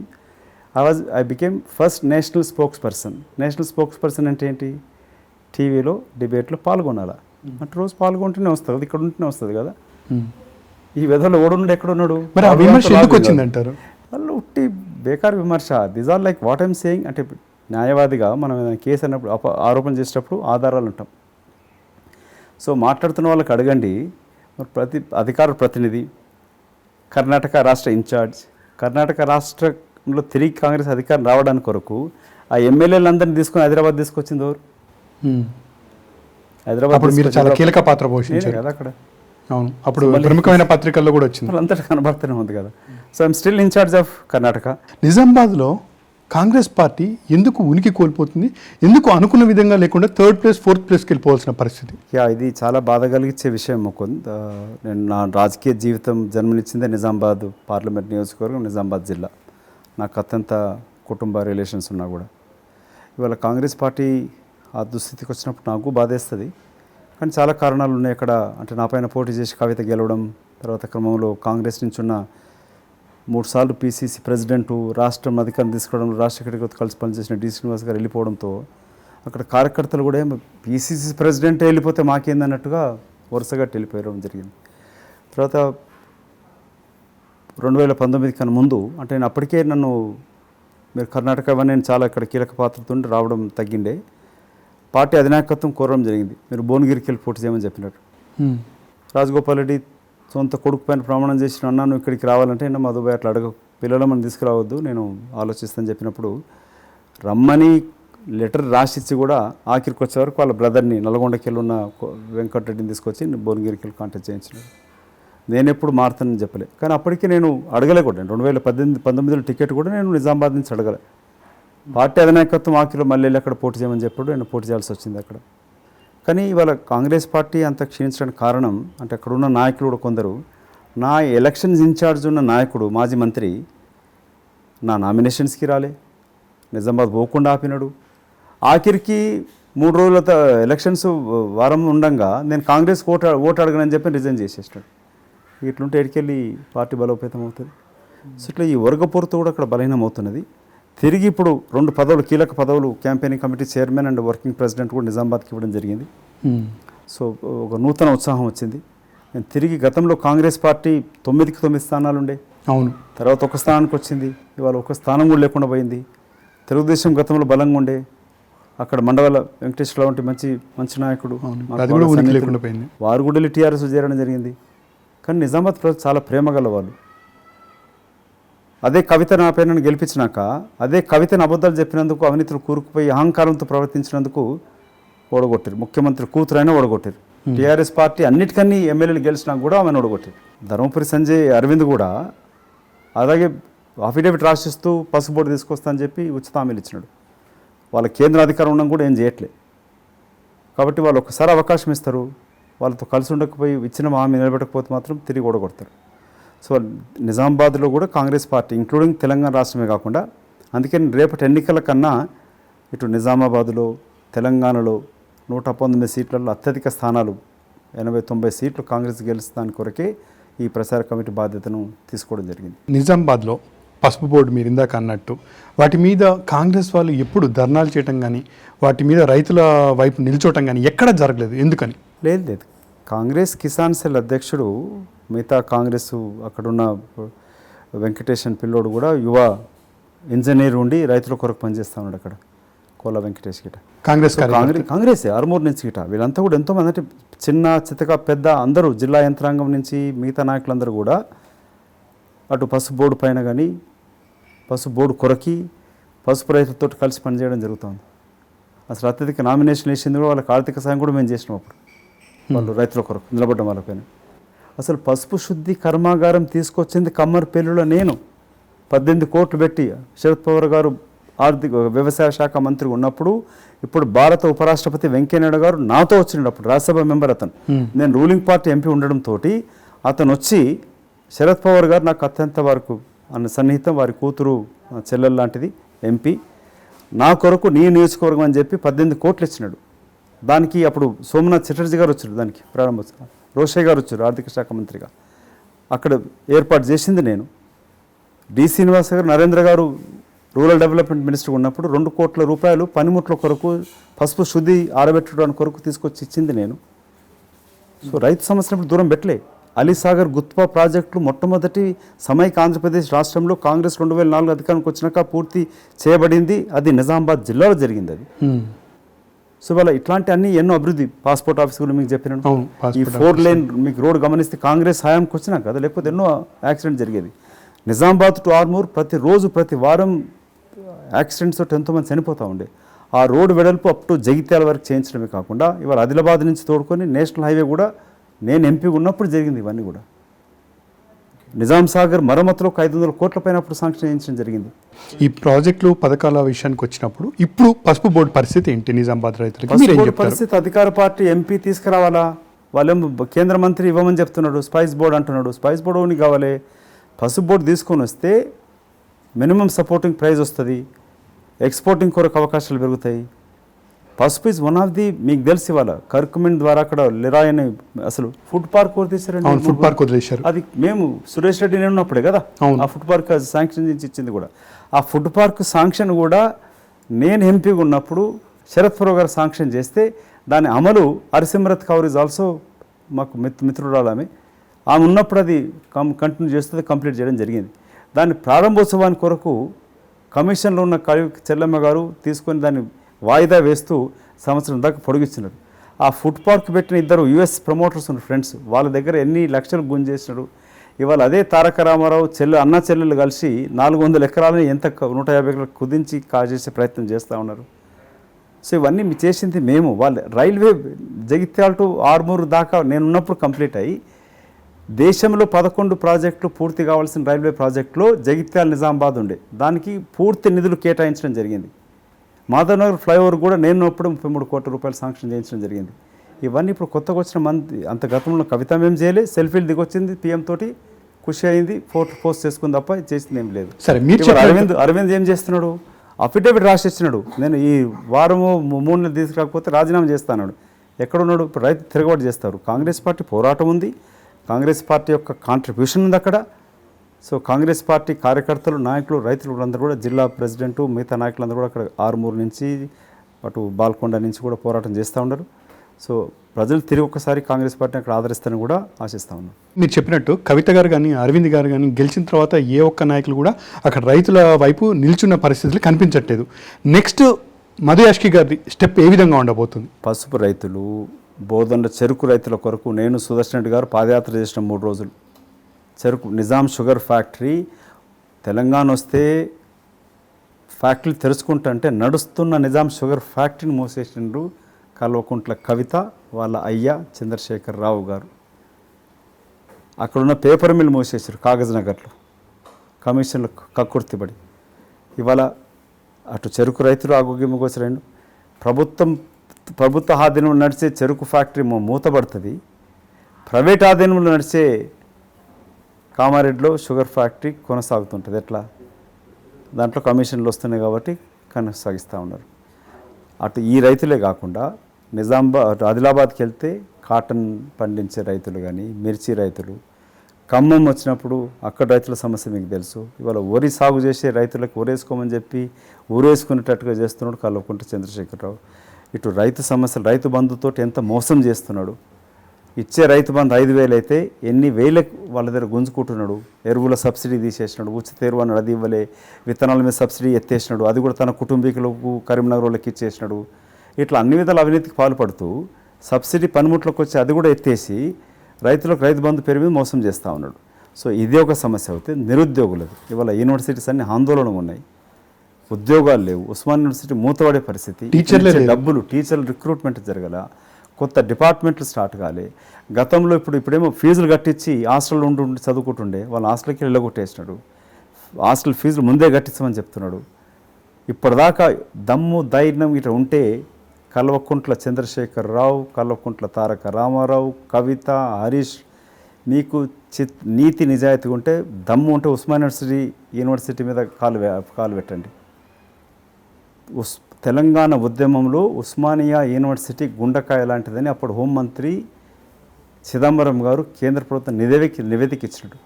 ఉస్మానియా యూనివర్సిటీ మూవ్ చేస్తే ఉద్యమం ఆగిపోతుందని చెప్పినాడు. గుండె ఆగిపోతే శరీరం పనిచేయదు కదా. అట్లాంటి ఉస్మానియా గడ్డ తెలంగాణ ఉద్యమంలో కీలక చరిత్రాత్మక పాత్ర పోషించిన విద్యార్థి నాయకులే ఉంది. ఆడ యూనివర్సిటీ మూతపడే పరిస్థితి. అయితే వాటికన్నా వెళ్ళే ముందు నాకు ఒక్క క్లారిటీ ఇవ్వండి. నిజామాబాద్ పాయింట్ ఆఫ్లో ఇక్కడ టీఆర్ఎస్ ప్రభుత్వం ఉంది, వాళ్ళు తలుచుకుంటే చాలా ఈజీగా సాధించవచ్చు అక్కడ పసుపు బోర్డుని, కానీ ఎందుకు సాధించలేకపోయారు? ఎక్కడ లోపం జరిగింది? వాళ్ళకి ఆ చిత్తశుద్ధి ఉంటే కదా. వాళ్ళు కేంద్ర మంత్రి దగ్గరికి వెళ్ళి ఈడీ నోటీసులకి వెళ్ళి ఎట్లా రక్షించుకోవాలని కవిత తాపత్రయం. సిబిఐ ఈడీ దాడులు చేస్తారు, వీళ్ళు అక్రమార్జించిన కోర్టు దుబాయ్లో బెంగళూరులో దాచిపెట్టుకున్న అన్న చెల్లెలు పెట్టుకుంది, వాళ్ళ బావగారు పెట్టుకుంది, చెట్ల సంతోష్ పెట్టుకుంది. బయటకు వస్తే ప్రమాదం. ముఖ్యమంత్రినే సిబిఐ వాళ్ళు విచారించినట్టు అప్పుడు వార్తలు వచ్చినాయి. వీళ్ళు కేంద్ర ప్రభుత్వానికి వెళ్ళి ఎంతసేపు దాసోహం అంటూ కాళ్ళ ముందు పడ్డాడు తప్పితే చంద్రశేఖరరావు తెలంగాణకు రావాల్సిన బయ్యారం, గనుల ఉక్కు కర్మాగారం కానీ, లేక గిరిజన యూనివర్సిటీస్ కానీ, లేక విభజన చట్టంలో తెలంగాణ రావాల్సిన నిధుల గురించి చెప్పిన పాటుపడ్డా. అక్రమంగా ప్రాజెక్టులు కడితే ఇప్పుడు అవి కూడా మూతపడే పరిస్థితి. గ్రావిటీ కింద నీళ్ళు వస్తూ ఉంటే మేడారం నుంచి వచ్చే నీళ్ళని ఇవాళ కాలువలు కట్టి అదనంగా ఎత్తిపోస్తూ రివర్స్ ఎత్తిపోతలతోటి ప్రాజెక్టులు కట్టినాడు. దానికి ఎంత ఖర్చు అవుతుందో అది అసలు ప్రపంచంలో ఎక్కడ కూడా ఈ ప్రాజెక్టులు నిలవలే చాలా కాలం. ఎలక్ట్రిసిటీకి ఎంత ఖర్చు అవుతుంది ఇదన్నిటితో చూస్తుంటే. సో వీళ్ళు తన కమిషన్లకు వచ్చే ప్రాజెక్టులు కట్టుకుంటూ వచ్చినాడు. వీళ్ళు కేంద్ర ప్రభుత్వంతో ఎంతసేపు లాలూచిబడి లాబింగ్ చేసుకుంటూ తన అక్రమాస్తులను కాపాడడానికి కొరకు, ఇంక్లూడింగ్ డిమానిటైజేషన్ అయినప్పుడు బీజేపీ ముఖ్యమంత్రులు వ్యతిరేకిస్తుంటే కల్వకుంట్ల చంద్రశేఖరరావు 4 రోజులలో పారిపోయి సాష్టాంగం పడి ఏదో పెద్ద పారిశ్రామికవేత్తతోటి తనకున్న అక్రమ డబ్బులని 4,600 కోట్లు మార్చుకుండని కొన్ని వార్తలు వచ్చినాయి. సో అతను రాష్ట్ర పరిస్థితి, రాష్ట్ర ఇంట్రెస్ట్ కాకుండా తన కుటుంబం కలకాలం పనిచేసేటట్టు ఈడీ సిబిఐ రైడ్లు జరగకుండా చూసుకోవడానికే చేస్తున్న ప్రయత్నం. సో మీరు అన్నట్టు ఒక ముఖ్యమంత్రి కూతురే ప్రాతినిధ్యం వహిస్తున్నప్పుడు, బీజేపీ పార్టీతోటి పూర్తి అండర్స్టాండింగ్ అవగాహనతో ఉన్నప్పుడు పసుపు బోర్డు ఆఫ్టర్ ఆల్ తీసుకోవడం ఎంత కష్టమవుతుంది? అది ఈజీగా తెచ్చేసుకోవచ్చు, ల్యాండ్ అలొకేట్ చేయొచ్చు, డబ్బులు కేటాయించవచ్చు, కానీ చేయలే. ఇప్పుడు సేమ్ ఇంకోటి కూడా అదే పరిస్థితి. ఇప్పుడు సెంట్రల్లో బీజేపీ పార్టీ ఉంది, కానీ ఇప్పుడు కూడా ఎందుకు అసాధ్యం కాలేకపోతుంది? ఎక్కడ బ్రేకులు పడుతున్నాయి అసలుకి? వాళ్ళకి చిత్తశుద్ధి ఉంటే కదా. అటు ఆంధ్ర కేరళలో ఉంది, ఇక్కడ ఇంకోటి పెట్టడానికే ఇబ్బంది ఉండదు. అధికార వాళ్ళు కూడా తీసుకొచ్చుకోవచ్చు. హామీ ఇచ్చినాడు. సాక్షాత్ అప్పుడు ఉన్న హోంమంత్రి రాజ్నాథ్ సింగే నిజామాబాద్కి వచ్చి హామీ ఇచ్చినాడు, పసుపు బోర్డు ఏర్పాటు చేస్తామన్నాడు. రామ్ మాధవ్ ఆర్మూర్కి వచ్చి కూడా మాట్లాడి చెప్పినాడు, వాళ్ళ ప్రముఖ నాయకుడు. అయినా కూడా ఎందుకు అరవింద్ తీసుకురాలేకపోతున్నాడు? Because they don't have a commitment to bring it. ఒకవేళ మీరు నెక్స్ట్ సెంటర్లో అధికారంలోకి వచ్చినా, ఇక్కడ కూడా మీరు గెలిస్తే పసుపు బోర్డు మీద మీరు ఎలాంటి నిర్ణయం తీసుకుంటారు? ఎలాంటి హామీ ఇస్తారు రైతులకి? నేను ఎప్పుడే కానీ అమలుకు నోచుగా అన్నటువంటి హామీ ఎప్పుడు చెప్పలే. పార్లమెంట్ సభ్యుడిగా I will be your voice అని చెప్తూ నిజంగానే నిజామాబాద్ ప్రజలకి తెలంగాణ ప్రజలు కోరుకున్నట్టుగానే పనిచేసినాడు.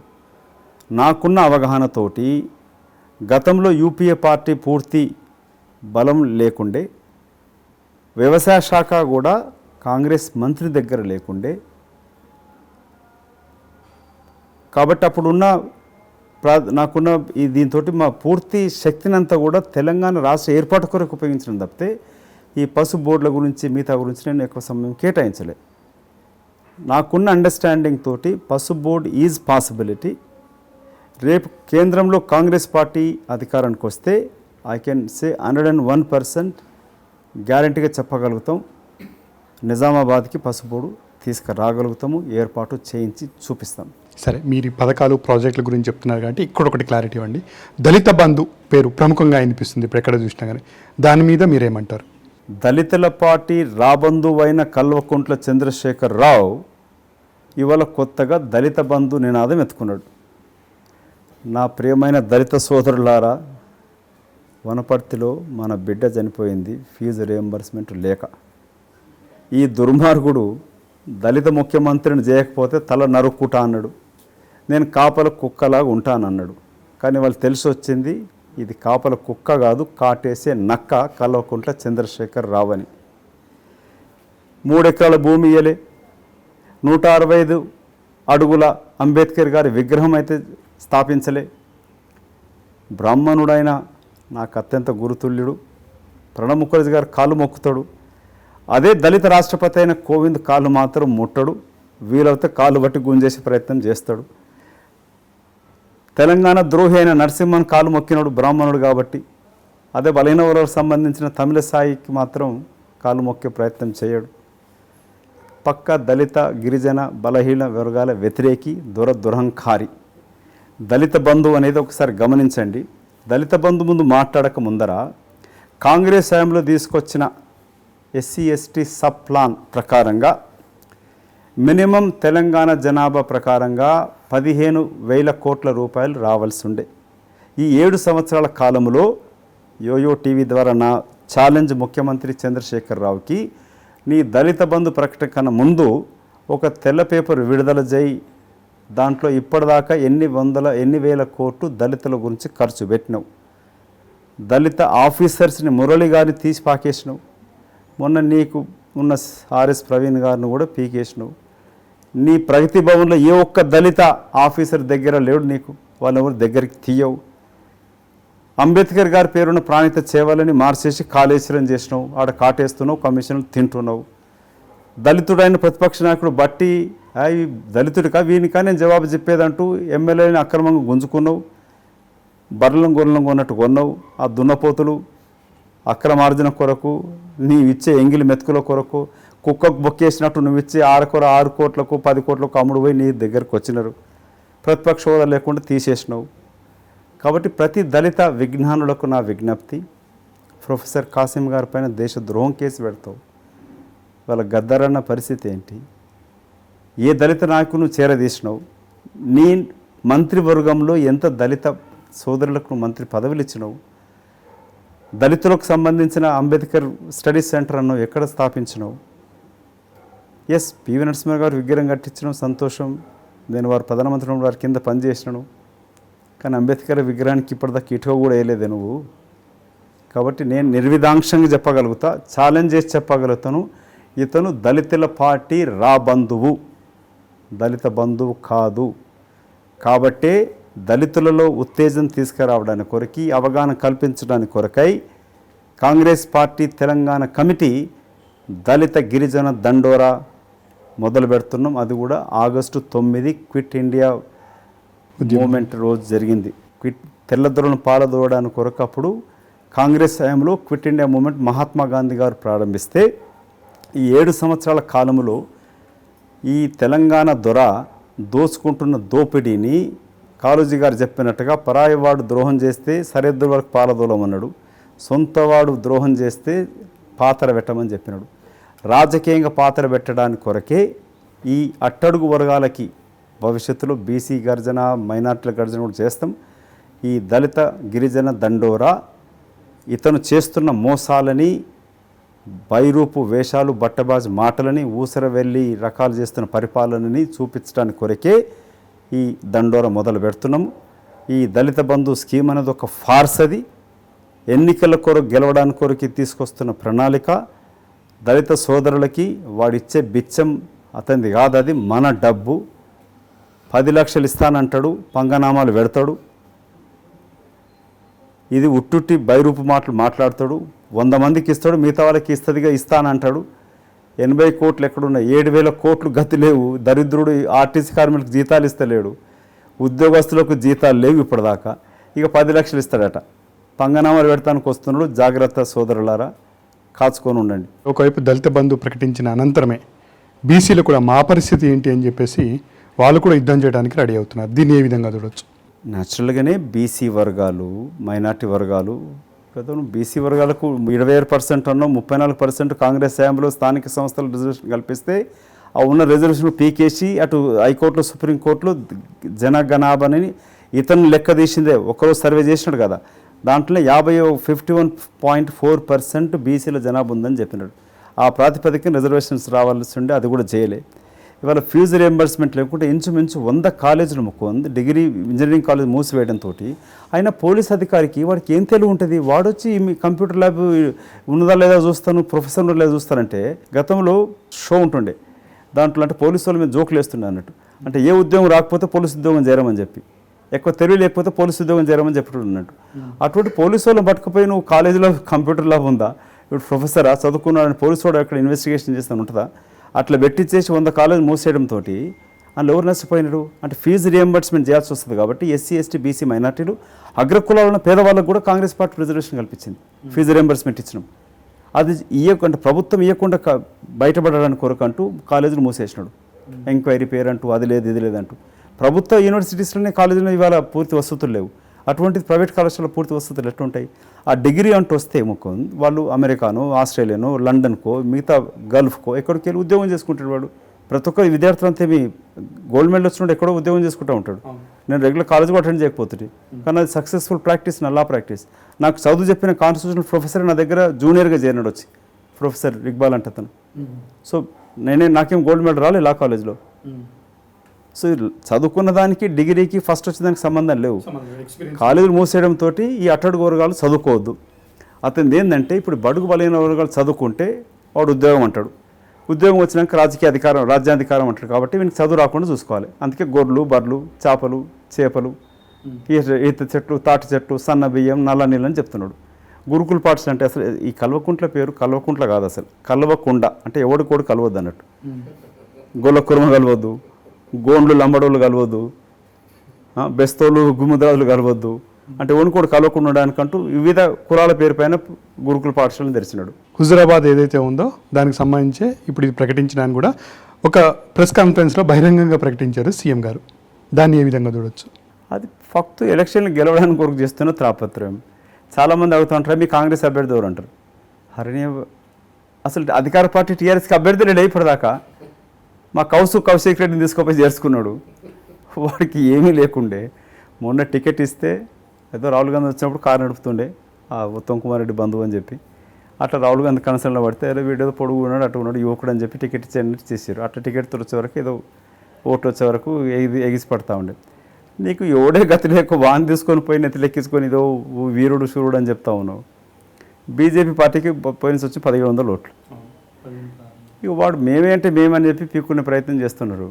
ఇవన్నీ ఎలక్షన్ల కొరకు తీసుకుంటున్న ఇతను ఒక హుజురాబాద్ ప్రజలకు నా విజ్ఞప్తి ఏంటంటే, దుబ్బాకు వచ్చినప్పుడు 50,000 ఉద్యోగాలు భర్తీ అన్నాడు, అయిపోయింది. 50 ఉద్యోగాలు భర్తీ అయిపోయినాయి.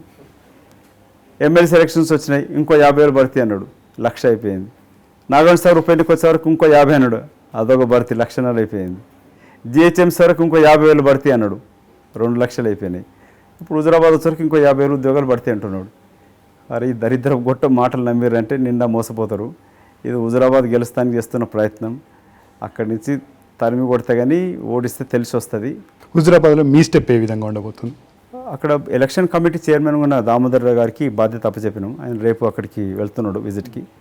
అక్కడ ఉన్న జీవన్ రెడ్డి గారు, పొన్నం ప్రభాకరు, శ్రీధర్ బాబు గారిని కూడా ఇంకా మిగతా కమిటీ మండల స్థాయి కమిటీలు వేసేసి వాళ్ళు చెప్పినట్టుగానే వాళ్ళు ఎవరు నిర్ణయిస్తే ఆ క్యాండిడేట్కి టికెట్ ఇవ్వడం జరుగుతుంది. సో కాంగ్రెస్ పార్టీ అక్కడ కార్యకర్తలు బలంగా ఉన్నారు. It's a tough seat. 30 ఏళ్ళ నుంచి కాంగ్రెస్ అక్కడ గెలవలే. సో మేము కూడా ప్రయత్నాలు చేస్తున్నాం, కొన్ని ప్రయోగాత్మకాలు కూడా చేయాలని ఆలోచనలు ఉన్నాం.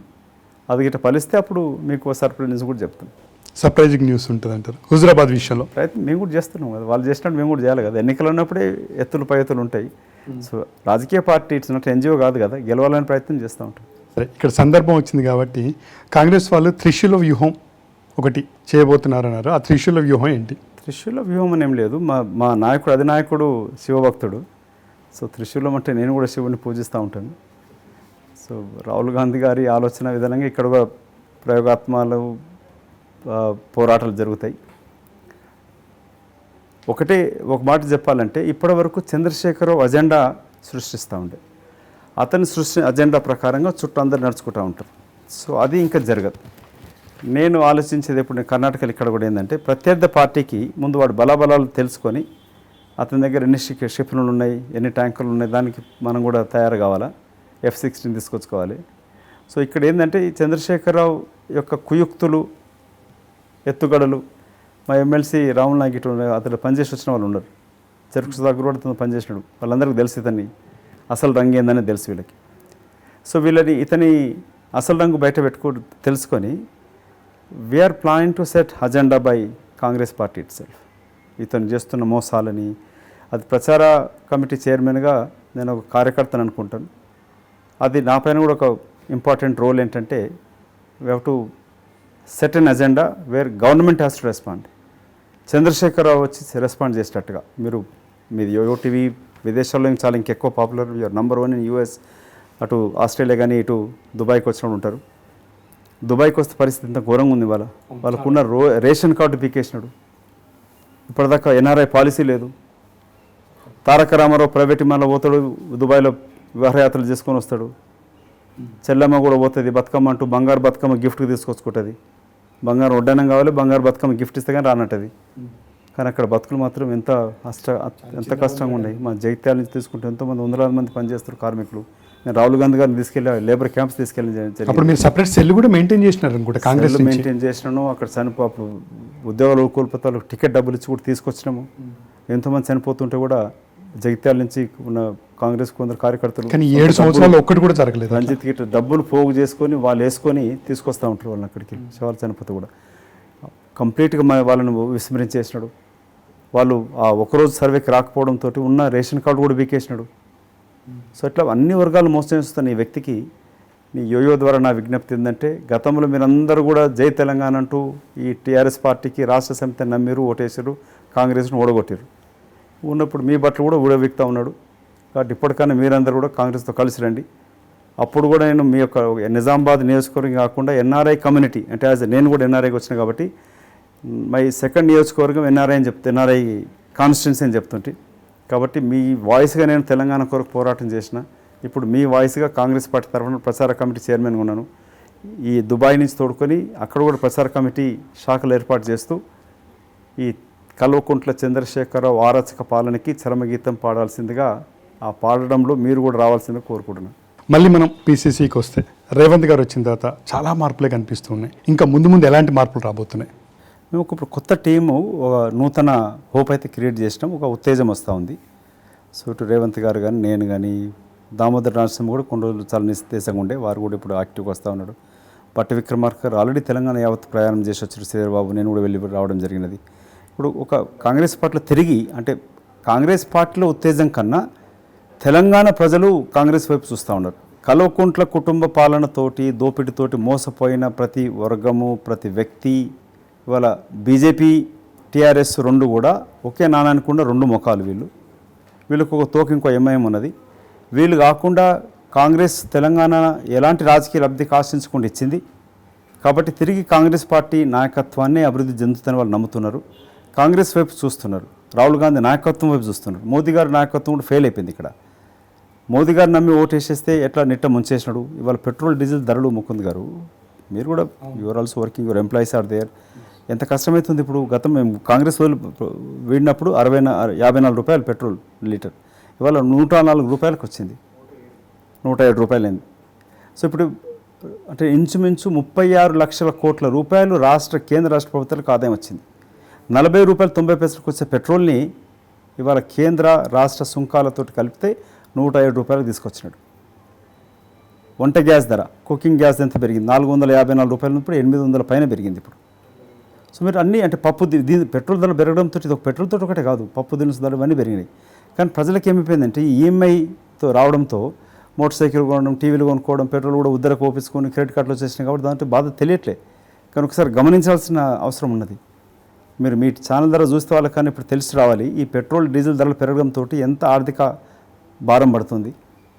ప్రపంచ దేశాలన్నీ కూడా ఈవెన్ ఇంక్లూడింగ్ పాకిస్తాన్, బంగ్లాదేశ్, నేపాల్, శ్రీలంక కన్నా మన దేశంలో పెట్రోల్ ధరలు ఎక్కువ. ప్రతిసారి పాకిస్తాన్ తిట్టే వ్యక్తి బంగ్లాదేశ్ గారు మనకన్నా ఆర్థిక పరిస్థితి మెరుగుపడింది అక్కడ. సో మోదీ గారు వచ్చినాక అన్నిట్లో ఒక స్లోగన్ ఇవ్వడం జరిగింది, సీఎం జూటా పీఎం జూటా దోనో మిల్కే దేశ్ కా లూటా అని. సో ఇద్దరు కలిసి దేశాన్ని లూట్ చేస్తూ ఉన్నారు. ఇట్లాంటి క్రమంలో ఈ ఆర్థిక వ్యవస్థనే కుంటుపడింది కోవిడ్ తోటి. అంతకుముందు నోటు బదిలీతోటి జరిగింది. సో మన కోవిడ్ ద్వారా ఇంకా కష్టాల పాలైనరు. కానీ ఈ రెండు రాష్ట్ర కేంద్ర ప్రభుత్వాలు మాత్రం ఎలాంటి సహాయక చర్యలు తీసుకోవట్లేదు. ఇప్పుడు ఎక్కడ చూసినా కానీ ఆఫ్టర్ పీసీసీ అయిపోయిన తర్వాత కొత్త కార్యవర్గం వచ్చిన తర్వాత ఎక్కడ చూసినా కానీ రేవంత్ గారు మీ పేరే వినిపిస్తూ ఉంది ప్రముఖంగా.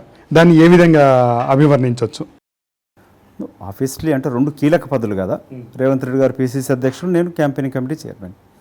సో ఆ ఇద్దరి మెసేజ్ గట్టిగా పోయింది ఈ రెండు వర్గాలకు కూడా, అటు రెడ్డి సామాజిక వర్గానికి, ఇటు బలహీన వర్గాలకి, ఎస్సీ ఎస్టీ బీసీ మైనార్టీ వర్గాలకు కూడా నేను అత్యంత ఆ వర్గం నుంచి వచ్చిన కాబట్టి వాళ్ళతో అన్యోన్యంగా కలిసి పనిచేస్తూ ఉన్నాను. సో వాళ్ళకు కూడా ఒక హోప్ అంటూ వచ్చింది. కాంగ్రెస్ పార్టీకి అధికారానికి వచ్చినప్పుడు మన వాయిస్ కూడా ఉంటుంది, మనవాడు కూడా ఒకడు ఉండి అక్కడ మాట్లాడడానికి కొరకు, మన కొరకు మాట్లాడడానికి అంటూ. ఇటు ఆబ్వియస్లీ రెడ్డి సామాజిక వర్గం అత్యంత కీలక, పొలిటికల్గా పవర్ఫుల్. తెలంగాణ రాష్ట్రం వచ్చినాక ఇప్పుడు అటు రెండు ఆంధ్ర తెలంగాణ రెండిట్లో కూడా టీడీపీ బీటీమే అధికారం చెలాయిస్తూ ఉన్నది. సో వాళ్ళు కూడా రాజకీయ అధికారం కోల్పోయారు. కాబట్టి ఈ రెండు వర్గాలు కలిసినప్పుడు గతంలో కూడా ఇటు బీసీ రాజశేఖర రెడ్డి గారు, డి శ్రీనివాస్ ఉండడం, ఆ కలయికతో కూడా పార్టీ అధికారానికి దోహదపడింది. సో ఇట్లాంటి కలయిక కాంగ్రెస్ పార్టీలు అంటే ఎస్సీ ఎస్టీ బీసీ మైనార్టీలు కలిసి వచ్చినప్పుడే అవుతుంది. ఒక ఉత్సాహం వచ్చింది నిజం, కానీ దాన్ని చూసి మేము అదే వాపం చూసి బలం అనుకుంటే పొరపాటు అవుతుంది. కాబట్టి ఈ ఉత్సాహాన్ని we have to percolated to the ground లెవెల్కి నిర్దిష్టమైన కార్యక్రమాలు తీసుకొని ముందుకెళ్ళినప్పుడు, ప్రజల దగ్గరికి వెళ్ళినప్పుడు 70% ప్రజలు తెలంగాణలో కాంగ్రెస్ వ్యతిరేక ఓటేసినట్టు. వాళ్ళ దగ్గరికి వెళ్ళి వాళ్ళ కాంగ్రెస్ పార్టీ రేపు అధికారానికి తిరిగి వస్తే ఏం చేయగలుగుతామని చెప్పాలి. చెప్తున్న క్రమంలో టీఆర్ఎస్ పార్టీ బీజేపీ పార్టీ చేస్తున్న దోపిడీ, అవినీతి, అక్రమార్జన ప్లస్ పరిపాలన ఎంత కుంటుపడింది. ఇవాళ మా మల్రెడ్డి రంగారెడ్డి గారు చెప్తుండే ఇబ్రాహీంపట్నంలో, అక్కడ మున్సిపల్ కమిషనరు టీఆర్ఎస్ కార్యకర్తగా పనిచేస్తూ అక్కడ మున్సిపాలిటీలో కాంగ్రెస్ బలం ఉన్నా కూడా వీళ్ళు ఏ ప్రపోజల్ పంపించినా కూడా పని చేయట్లేదు. ఇట్లా ప్రతి విలేజ్ గ్రామ పంచాయతీలు కుంటుపడ్డాయి, మున్సిపాలిటీస్లు, municipal corporations. Hyderabad municipal corporation నిధులను తీసుకెళ్ళిపోయి కాళేశ్వరంలో ఖర్చు చేస్తూ ఉన్నాడు. ఇట్లా అన్నీ ఈ విధంగా చేస్తున్నప్పుడు ఈ మురికి కాలంలో మంత్రి మాత్రం ఇంట్లో కూర్చొని బర్త్ చేసుకుంటాడు. మంచిదే, చేసుకో, fine, enjoy your birthday. But హైదరాబాద్లో వరదలతోటి ఎన్నో కాలనీలు మునిగిపోయినాయి. వాటి కొరకు నిధులు ఇప్పటిదాకా ఖర్చు చేయాలి. ట్వీట్ చేసేస్తే రోడ్లు బాగు చేస్తా అన్నాడు. ఎక్కడ ట్వీట్ చేసి బాగు చేస్తున్నాను? ఒక విధంగా చూసుకుంటే మొన్న జిహెచ్ఎంసీ ఎలక్షన్స్ అప్పుడు కూడా వరదలు మునిగిపోయిన వాళ్ళకి డబ్బులు అంతంత మాత్రంగానే ఇచ్చారు. మళ్ళీ నిన్నగాక మొన్న వచ్చిన వరదల్లో కూడా ఉప్పలు, బొడుప్పలు అయితే చాలా మునిగిపోయినాయి. అసలు వాళ్ళ పరిస్థితి ఇంతవరకు లెక్క తేలలేదు. ఇప్పుడు వీళ్ళ పరిస్థితి కూడా అంతే అగమ్యగోచరంగానే ఉంది. దీన్ని ఏ విధంగా చూడొచ్చు అంటారు? ఇప్పుడు గతంలో పార్టీ కొరకు మారుతూ మేము నియోజకవర్గ అభివృద్ధి కొరకు మారుతున్నాం అని చెప్పి ఆ మురికి కాళ్ళ మంత్రితోటి సెల్ఫీలు దిగి స్టేట్మెంట్లు ఇస్తుండే దొంగలు, కాంగ్రెస్తో గెలిచిన వాళ్ళు. మీరు అంటారు కాలనీలు మునిగిపోయిన పాపం వాళ్ళ ప్రజల గతి ఏందంటున్నావు. ఆ దొంగ ఎమ్మెల్యే కారే మునిగిపోయిందే, వాడు తోసుకుంటున్న కారుని కాలువలో మునిగిపోతే. ఇది ఆ నియోజకవర్గ పరిస్థితి, వీళ్ళు చేసిన అభివృద్ధి. గత సంవత్సరం వచ్చిన వరదలు కొట్టుకుపోయినకే నిధులు లేవు. అభివృద్ధి కంటూ తెల్ల బట్టలు వేసుకొని తిరుక్కుంటూ వాడు కారు ఇరుక్కునే వరకు తెలిసి వచ్చింది ఇప్పుడు ఆ రోడ్లు ఏ స్థితి ఉందనేది అక్కడ అనేది. వీళ్ళ సొంత లాభానికి కొరకు పార్టీ మరి తప్ప అభివృద్ధి కొరకు కాదు. మీరు అన్నట్టుగా ఎల్బీ నగరు, అటు మహేశ్వరం కానీ మిగతా ప్రాంతాలలో, లోతట్టు ఏరియాలలో సబిత గారు, మంత్రి గారు ఇప్పటిదాకా వాళ్ళకి ఆర్థిక సహాయాలు కూడా చేయాలి. అయినా వీళ్ళకి చేసే స్వేచ్ఛ ఎక్కడ? అసలు ప్రగతిమాల వీళ్ళకి ఇంటర్వ్యూ ఉంటే కదా, గేట్ బయటికి వెళ్ళగొట్టుడు. అది కాంగ్రెస్ టీడీపీ ఉన్నా కూడా ఎమ్మెల్యే, ఎంపీలకు, మంత్రులకి ఎలాంటి అపాయింట్మెంట్ అవసరం లేదు. ముఖ్యమంత్రి కలవడానికి స్ట్రైట్ వాకిన్ ఉండే. వీళ్ళు గేట్ బయట చెప్రాసిలో నిలబడాలి. బయట లోపల దొర పిలిస్తే లోపలికి పోవాలి, లేకపోతే లేదు. కొన్నిసార్లు మంత్రి చెప్తుండే, సార్ వాడు సెక్యూరిటీ అని అడుగుతుండట, కొంచెం అట్లీస్ట్ లోపలికి పోతాం, బయట మా ఇజ్జత్ పోతుంది, అందరు చెప్పేసి వచ్చిన నా ఎంబడి 15 మంది వచ్చి వాడు బయట కార్లలో ఉన్నారు. వాడు అనుకుంటాడు మంత్రి కానీ కూడా లోపల ఎంట్రీ లేదనుకుంటాడు. లోపలికి పోయిన 10 నిమిషాలు కూర్చొని వస్తా, బాత్రూమ్ యూజ్ చేసుకొని వస్తా, వాడు అనుకుంటాడు లోపల మంత్రిని కలిసి వచ్చి అనుకుంటాడని చెప్పి ఓ మంత్రి వేడుకుంటుండే. ఇది తెలంగాణ రాష్ట్రంలో ఉన్న మంత్రుల పరిస్థితి. అయితే మీరు చెప్పినట్టు పరిస్థితి అట్లా ఉంటే మొన్నటి వరకు టీఆర్ఎస్కి ఆల్టర్నేట్ బీజేపీ అని ఉంది. ఇప్పుడు కాంగ్రెస్ ఆ ప్లేస్కి వచ్చినట్టేనా? కాంగ్రెస్ పార్టీ మొదటికిలో ఉన్నది ఉంది, కరెక్టే. కానీ 7 సంవత్సరాల నుంచి దుబ్బాకలు గెలిచినది, నాగార్జున సార్ దొబ్బింది, డిపాజిట్ రాలే. జిహెచ్ఎంసీలో గెలిచినారు, నాగార్జున సుప్రీంకి అయితే చూసారు అక్కడ. సో వాళ్ళకున్న ఓటు పర్సెంటేజ్ ఎంత ముఖ్యం. గతంలో కూడా బీజేపీ నెవర్ ఇన్ సెకండ్. జిహెచ్ఎంసీలో గెలిచినాడు, దుబాకలు ఏదో గెలిచినాడు, సరే గెలిపి అవుతుంది కాబట్టి గెలిచినాడు అనుకుందాం. ఎమ్మెల్సీ ఓడిపోయిన, సిట్టింగ్ ఎమ్మెల్సీ ఓడిపోయిండే, మేము లేం పర్వాలే, మా డిపాజిటే పోయింది. బీజేపీ సిట్టింగ్ ఎమ్మెల్సీ ఓడిపోయింది కదా. సో కాబట్టి బీజేపీ వాపును చూసి బలం అనుకుంటుంది వాళ్ళు. మేమేమనుకుంటాం, మీరు అడుగుతుంటే ఖుషి అవుతుంది, రేవంత్ను వచ్చినాక కొంచెం ఊపు వచ్చింది, లేక ప్రజలు మాట్లాడుకుంటారంటే లోపల సంతోషం నాకు కూడా అవుతుంది. కాంగ్రెస్ పార్టీ మళ్ళీ గెలుస్తామని ఆనందం అవుతుంది. కానీ లోపల భయం కూడా అవుతుంది. ఎందుకంటే ఇది చూసేసి ఖుషిపడితే వస్తారు కార్యకర్తలు, వస్తారు నాయకులు, వస్తారు కంటిన్యూగా విజిటర్స్ వస్తూ ఉన్నారు. ఈ 2004లో చూసినా మళ్ళీ ఇప్పుడు అదే విధంగా కనబడుతుంది. ఒక నమ్మకం అయితే వస్తుంది. కానీ అట్ ద సేమ్ టైం నాకు భయం ఏంటంటే దీన్ని చూసి మనం ఓవర్ కాన్ఫిడెన్స్లో పోయి ఎలక్షన్లు, ఎందుకంటే ఇతను చంద్రశేఖరరావు బీజేపీ ఏం చేశారంటే ఎలక్షన్స్ ఒక ఇండస్ట్రీగా మార్చినాడు. దీన్ని ఎట్లా కల్తీ చేసి గుడాంబ తయారు చేస్తాడో అట్లా ఏ విధంగా కల్తీ కార్యక్రమాలు చేసి పోలీసులతో డబ్బులు పంపిస్తున్నాడు, అంబులెన్స్ కార్లో డబ్బులు పంపిస్తున్నాడు, ఇన్స్పెక్టర్ గారు పోయే 10 పైసలు ఆడు ఓటుకి ఇంత 2000 ఇచ్చేసి వస్తున్నాడు. ఇన్స్పెక్టర్లకి కమిషన్లు ఇస్తుంది టీఆర్ఎస్ పార్టీ నాయకులు. వాడు ఎస్ఐకి ఈ ఇన్స్పెక్టర్ గిట పోస్టింగ్కి 10-20 లక్షలు లాక్కుంటారు, అది వేరే సంగతి. కానీ ఎన్నికలకు వచ్చేవారికి ఆ ఎమ్మెల్యే గారు, మంత్రులు గిట ఆ పోలీసు వాళ్ళకి ₹1,00,000 కమిషన్ ఇచ్చి వాంతో పంచిపిస్తున్నాడు. ఇక కాంగ్రెస్ వాడు, బీజేపీ వాడు పోతే పట్టుకొని చేసుకుంటున్నారు. సో ఇట్లా ఎలక్షన్స్ అంతా ఒక ఇండస్ట్రీగా మార్చింది. కాబట్టి ఇతను ఎదుర్కోవాలనంటే కార్యకర్తలకు బలం చేకూర్చడమే కాకుండా తెలంగాణ ప్రజల దగ్గరికి వెళ్తూ వివరిస్తూ ఇతను చేస్తున్న దుర్మార్గ పాలన, రాక్షస పాలన తెలియపరుస్తూ, ఇన్ కేసు రేపు కాంగ్రెస్ వస్తే ఏ విధంగా ఉద్యోగాలను భర్తీ చేస్తుంది, ఏ విధంగా నిధులు ఖర్చు చేస్తుంది, ఏ విధంగా విద్యా సంస్థను తెరిపిస్తుంది, నడిపిస్తుంది, హాస్పిటల్స్ని ఏ విధంగా కొత్త హాస్పిటల్ తీసుకొచ్చి వైద్య సదుపాయాలు కల్పిస్తుంది అనేది వాళ్ళకి నమ్మకం కలిగించినప్పుడే కాంగ్రెస్ పార్టీని ఆదరిస్తారు. తెలంగాణ కాంగ్రెస్లో గ్రూప్ రాజకీయాలకి మొన్నటి వరకు ఒక స్థానం ఉంది. వాటిల్ని విడగొట్టి అన్నీ ఒకే గ్రూప్ కింద మార్చేటువంటి వ్యూహాలు కానీ కసరత్తులు కానీ ఏమైనా చేస్తున్నారా? అది సాధ్యం కాదు ముకుంద్, లెట్ బి ఫ్రాంక్. ఎందుకంటే గ్రూప్లే కాంగ్రెస్ పార్టీకి బలం కూడా, పోటీ కూడా ఉంటుంది. సో ఇప్పుడు ఏముందంటే ఇప్పుడు అంటే మా ఇద్దరు రేవంత్ నాకు మంచి ఫ్రెండ్షిప్ కూడా ఉంది. నేను ఫస్ట్ రమ్మని కూడా కోరినా, ఆయన పార్టీ చేరినప్పుడు నేనే జాతీయ స్థాయిలో పరిచయం కూడా చేసిన. సో నాకు ఏ గ్రూప్తో పరిచయం, నాది ఒకటి రాహుల్ గాంధీ గ్రూప్ కాబట్టి నాకు ఎవరితో గ్రూప్స్ తగదాలు లేవు. కానీ ఈ పోటీ కూడా ఉంటుంది కదా, అరే రేవంత్ పని చేస్తే నేను కూడా పని చేయాలని, లేక మిగతా నాయకులు కూడా పని వస్తుంది, అరే ఇద్దరు రేవంత్ మాదేనా మేమెందుకు చేయొద్దని మిగతా నాయకులు కూడా వస్తారు కదా. సో అట్లా పోటీ ఈ గ్రూపిజం కూడా ఒక అందుకు మంచిదే, but that should be limit ఉండాలి దానికి.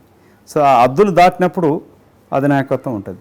సో రాహుల్ గాంధీ భర్త పెట్టుకొని కొట్టడానికి కూడా సిద్ధంగా ఉన్నాడు. తెలంగాణ రాష్ట్రం తిరిగి కాంగ్రెస్ ఎందుకు అధికారానికి రావాలంటున్నానంటే, కాంగ్రెస్లోనే అన్ని వర్గాలకి, అన్ని కులాలకి, అన్ని మతాలకి ఒక న్యాయం చేకూరుతుంది. ఇక్కడ ఒక రెడ్డి ఉండొచ్చు, ఒక గౌడ్ ఉండొచ్చు, ఒక దళితుడు ఉండొచ్చు, ఒక మైనార్టీ ఉండొచ్చు, ఎవరన్నా ముఖ్యమంత్రులు కావచ్చు, ఎవరన్నా ఇంకా కీలక పదవులు పోషించవచ్చు. కాబట్టి కాంగ్రెస్ అధికారానికి వచ్చినప్పుడు అన్ని వర్గాలకు న్యాయం చేకూరుతాను నమ్ముతూ, నిరుద్యోగులకు ఉద్యోగాలు రాగలుగుతాయి. యూనివర్సిటీస్ మళ్ళొకసారి మేము స్థాపించినాం నిజామాబాద్లో. మీరు అన్నట్టు అది చెప్పిన మర్చిపోయాను మీకు, తెలంగాణ యూనివర్సిటీ నా హయాంలో వచ్చింది, నేను ఎంపీ ఉన్నప్పుడు వచ్చింది అది. ఇట్లాంటి ఎన్నో కాంట్రిబ్యూషన్స్ ఉన్నాయి నిజామాబాద్ నియోజకవర్గాన్ని 10 సంవత్సరాలు చేసిన సమయంలో. సో ఇట్లాంటి అన్ని ఇప్పుడు మూతపడే పరిస్థితి వచ్చింది. కవితమ్మ సీఎం కూతురు ఎంపీ ఉండి కూడా 5 పైసలు ఎక్కువ నిధులు తీసుకొచ్చి కొత్త డిపార్ట్మెంట్ స్టార్ట్ చేయలేదు, నా ఒక ఏది కోర్సు కూడా మొదలు పెట్టలేదు. ఏదో దొంగ ఫోటో దిగేసి షికాగో యూనివర్సిటీ తోటి ఒప్పందం అంటూ అదొక దొంగ యూనివర్సిటీ, మూతబడే యూనివర్సిటీతో ఫోటో దిగింది పెట్టుకుంది. కానీ వాళ్ళు ఇట్లాంటి పరిస్థితి ఉన్నప్పుడు అందుకే కాంగ్రెస్ అధికారం రావాలని కోరుతా ఉన్నాం. మీ ద్వారా కూడా ఎన్ఆర్ఐ మిత్రులకి, మీ బంధు మిత్రులకి చెప్పండి, తిరిగి కాంగ్రెస్ ఇక్కడ అధికారం తీసుకొచ్చినప్పుడే రేపటి ఈ తెలంగాణ రాష్ట్రం మన బిడ్డల భవిష్యత్తు కొరకు ఉంటుంది. బంగారు తెలంగాణ కాదు, బ్రతుకు తెరువు తెలంగాణ ఉండాలనంటే కాంగ్రెస్ పార్టీ అధికారానికి రావాలి. ఈ అక్రమ పరిపాలన కొనసాగిస్తున్న కల్వకుంట్ల చంద్రశేఖర్ పరిపాలన అంతమొందాలి. పార్టీ ప్రైంపు ఎమ్మెల్యేల మీద ప్రత్యేకమైనటువంటి కార్యాచరణ ప్రణాళిక చేసినట్టు చెప్తున్నారు. అది ఏం ప్రణాళిక, ఎప్పటి నుంచి అది షురూ అవుతుంది? ఆల్రెడీ నేను బట్టి విక్రమార్క గారు కలిసి రవి జంధ్యాల సీనియర్ న్యాయవాది గారు, ఇప్పుడు సుప్రీంకోర్టు న్యాయవాది కూడా వారు కేసు వాదిస్తూ ఉన్నారు. వారితోటి హైకోర్టులో స్టాటస్ అని తెలుసుకుంటూ ప్రజాక్షేత్రంలో కూడా ఇటు న్యాయపరంగా పోరాటం కొనసాగిస్తూనే గౌరవ సభాపతి మా ఉమ్మడి నిజామాబాద్ జిల్లా నుంచి వచ్చిన వ్యక్తి, ఆయన పిటిషన్ తీసుకోవడానికి భయపడతా ఉన్నాడు. పోచారం శ్రీనివాసరెడ్డి గారు మా ప్రతిపక్ష నాయకుడు వెళ్ళినప్పుడు అక్కడ పడేసి పొమ్మని చెప్తాను. అంటే అంత భయాందోళనతో ముఖ్యమంత్రి అంటే వీళ్ళు. ముఖ్యమంత్రి అంటే వాళ్ళ ఎమ్మెల్యేలు ఎంపీలు అయితే లాగులు దడుచుకుంటూ ఉంటారు. సో ఇటువంటి క్రమంలో సభాపతి గారికి విన్నపం ఏంటంటే, కనీసం మీరు ఒక్కసారి సభాపతి చైర్లో ఉంటే you are a constitutional post, అది you to protect the constitution. ఈ ఒక జాతీయ పార్టీ సిఎల్పి విలీనం అనేది లోకల్గా నిర్ణయం తీసుకోవడానికి లేదు, అది it's an complete illegal and constitutional. అది అటు న్యాయపరంగా అటు హైకోర్టు లేకపోతే సుప్రీంకోర్టును ఆశ్రయించడం జరుగుతుంది. అట్లాగే ప్రజాక్షేత్రంలో ఈ దొంగలు ఎవడైతే వెళ్ళిపెట్టి పార్టీ ద్రోహం చేసి పోయిర్రో, నేను రేవంత్ గారు మిగతా నాయకులు మొన్న నిర్ణయం చేయడం జరిగింది. ఆయా నియోజకవర్గాలలో కాంగ్రెస్ పార్టీ అంటూ ఎల్బీ నగరు మహేశ్వరం మొన్న వెళ్ళినప్పుడు అక్కడ జంగారెడ్డి గారు, మా జిల్లా అధ్యక్షుడు నరసన్న, ఇంకో మిగతా నాయకులు భాస్కర్ రెడ్డి గిట్ట మిగతా వాళ్ళు ఉన్నారు. వాళ్ళందరూ ఎంత ఉత్సాహంతో వారి సవిత గారి నియోజకవర్గంలో మీటింగ్ నిరసన కార్యక్రమం పెట్టినాం. వేలాది మంది కార్యకర్తలు వచ్చారు. ఎల్బీ నగర్లో ఇప్పుడు 100,000 మంది కార్యకర్తలు ఈ సుధీర్ రెడ్డి యొక్క అనుచరులు చేస్తున్న మోసాలను వాళ్ళు చూపించుకుంటూ అక్కడ మల్లెడ్డి సోదరుల దగ్గరకు వచ్చి వాళ్ళ సహాయం కోరుతూ ఉన్నారు. ఇట్లా ఇల్లందుకెళ్ళి వచ్చినాడు, కొత్తగూడెంకెళ్ళి వచ్చినాడు. ఎక్కడెక్కడ పార్టీ వదిలిపెట్టి పోయినాడో వీళ్ళ భరతం పట్టడానికి కాంగ్రెస్ కార్యకర్తలు సిద్ధంగా ఉన్నారు. ఆయా క్షేత్రాలలో మానసికంగా కూడా వీళ్ళపైన ఒత్తిడి తీసుకోవాల్సిన అవసరం ఉంది. అదే కర్ణాటకలో చేసినప్పుడు ఏం చేశారంటే ఆ ఎమ్మెల్యే ఇళ్ళకి వెళ్ళి పెండ కొట్టారు. అక్కడ కొంత కార్యకర్తలు అయితే పెండ కూడా పెట్టారు, అంటే రాజకీయంగా చచ్చింది అన్నట్టుగా. సో ఇట్లాంటి కార్యక్రమం కూడా చేపట్టాల్సిన అవసరం ఉన్నది. ప్లస్ మండల స్థాయిలో మేము ఆగస్ట్ లాస్ట్ వీక్లో మండలాధ్యక్షులు జిల్లాధ్యక్షులతోటి ఒక ట్రైనింగ్ ప్రోగ్రాం పెడతా ఉన్నాం. దాంతో మండల వ్యవస్థ పటిష్టం చేసినప్పుడు మండలాధ్యక్షుడు, జిల్లా అధ్యక్షుడు కేరళ లాగా ఎవరు క్యాండిడేట్ నిర్ణయం చేసినప్పుడు ఏమవుతుందంటే ఈ దొంగలోడన్న పార్టీ వదిలిపెట్టిపోయినా కూడా పార్టీ పటిష్టంగా ఉంటుంది అక్కడ. సో ఆ మార్పు కూడా తీసుకురాబోతాను. తెలంగాణలో మీకు ప్రధానమైనటువంటి ప్రత్యర్థి అంటే బీజేపీయా లేకపోతే తెరాసనా? తెరాసనే కదా, you have to fight with తెరాసతోటి బీజేపీ ఇద్దరితోటి. వీళ్ళిద్దరికి తొత్తనే మేము కూడా ఉండే అక్కడ తోక. అయితే వీళ్ళిద్దరిని మీరు ఎదుర్కోవాలంటే మీకున్న బలం ఏంటి ప్రస్తుతానికి? ప్రజల బలం, ప్రజల ఆదరణ, తెలంగాణ అంటే ఒక దేవతగా పూజించే తెలంగాణ ప్రజలు, సోనియా గాంధీ వల్లనే తెలంగాణ వచ్చిందని నమ్మే తెలంగాణ వాదులు, సంఘాలు, ఉద్యోగులు, ఉపాధ్యాయులు, న్యాయవాదులు, డాక్టర్లు, సివిల్ సొసైటీ వాళ్ళు, కవులు, కళాకారులు, వీళ్ళందరూ కూడా తెలంగాణ కాంగ్రెస్ సోనియా గాంధీ వల్లనే వచ్చిందని నమ్ముతూ ఉన్నారు. వాళ్ళు అనుకున్న తెలంగాణ, నేను మొన్న అంటే ఏ ఆశయాల కొరకు తెలంగాణ వచ్చిందో అది నెరవేరుతుందని పాషం యాదగిరి గారు, గాదెన్నయ్య గారు ఒక మీటింగ్ పెట్టినారు. వాళ్ళందరికీ నేను ఒకరి ప్రశ్న అడిగిన, నిజంగానే ఆ తెలంగాణ వచ్చిందా? మీరు అనుకున్న తెలంగాణ వచ్చినదా? మీరు ఆశించిన తెలంగాణ వచ్చిందా? రాలేదనేది అందరికీ అర్థమయ్యే. ఇవాళ జయశంకర్ సారు ఇదే ఇంటికి వచ్చి జొన్నరట్టు తిట్టుకుంటూ తెలంగాణ కొరకు కేంద్రంలో ఏం పోరాటం చేయాలని చెప్పి మాతో మాట్లాడినారు. ఇవాళ జయశంకర్ సార్ పేరు విగ్రహం కూడా ఉండదే. అటువంటి తెలంగాణ కొరకు జీవితం అర్పించిన నాయకులను మరిచేసి ఇప్పుడు విజయశాంతి మాతో వెళ్ళిపోయింది, అది వేరే సంగతి. కానీ విజయశాంతి గారు తెలంగాణ కొరకు ఆ పార్టీ పెట్టుండే, ఆమెను మోసం చేసి పార్టీలు చేసుకున్నాక పక్కన పెట్టేసినాడు. ఇట్లా మోసం చేయడంలో నంబర్ 1 చంద్రశేఖరరావు, కుటుంబ అవినీతిలో నంబర్ 1 చంద్రశేఖరరావు. తెలంగాణ రాష్ట్రం నంబర్ 1 అంటే దీంట్లో ఉంది, మిగతా వాటిలో కాదు.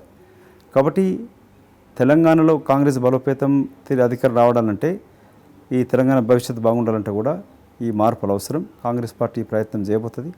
కాంగ్రెస్ పార్టీ కార్యకర్తలను కలుపుకోవడం కాకుండా, నాయకులను కలుపుకోకుండా మిగతా తెలంగాణ వాదులందరినీ కూడా రమ్మని ఆహ్వానిస్తూ ఉన్నాం. చాలామంది ఆసక్తి చూపుతున్నారు, వస్తానికి సిద్ధంగా అయినారు. నేను కానీ రేవంత్ గారు ప్రత్యక్షంగా వాళ్ళని వెళ్ళి కలుస్తాం, పార్టీకి ఆహ్వానిస్తాం. వాళ్ళ పార్టీలో సముచిత స్థానం కల్పిస్తూ పార్టీ తెలంగాణ కాంగ్రెస్ పార్టీ ఇక్కడ తెలంగాణ ఉన్న అధికారం లేకుండా పార్టీకి ఏం కాదు, నష్టం కాదు, ఉంటుంది. పార్టీ ఎక్కడికి పోదు. కానీ అధికారంలో తెలంగాణ ప్రజల కొరకు అవసరం. తెలంగాణలో కాంగ్రెస్ పార్టీ ప్రభుత్వం రావడం in the interest of Telangana it's needed. BJP TRS రెండు ఒకటే.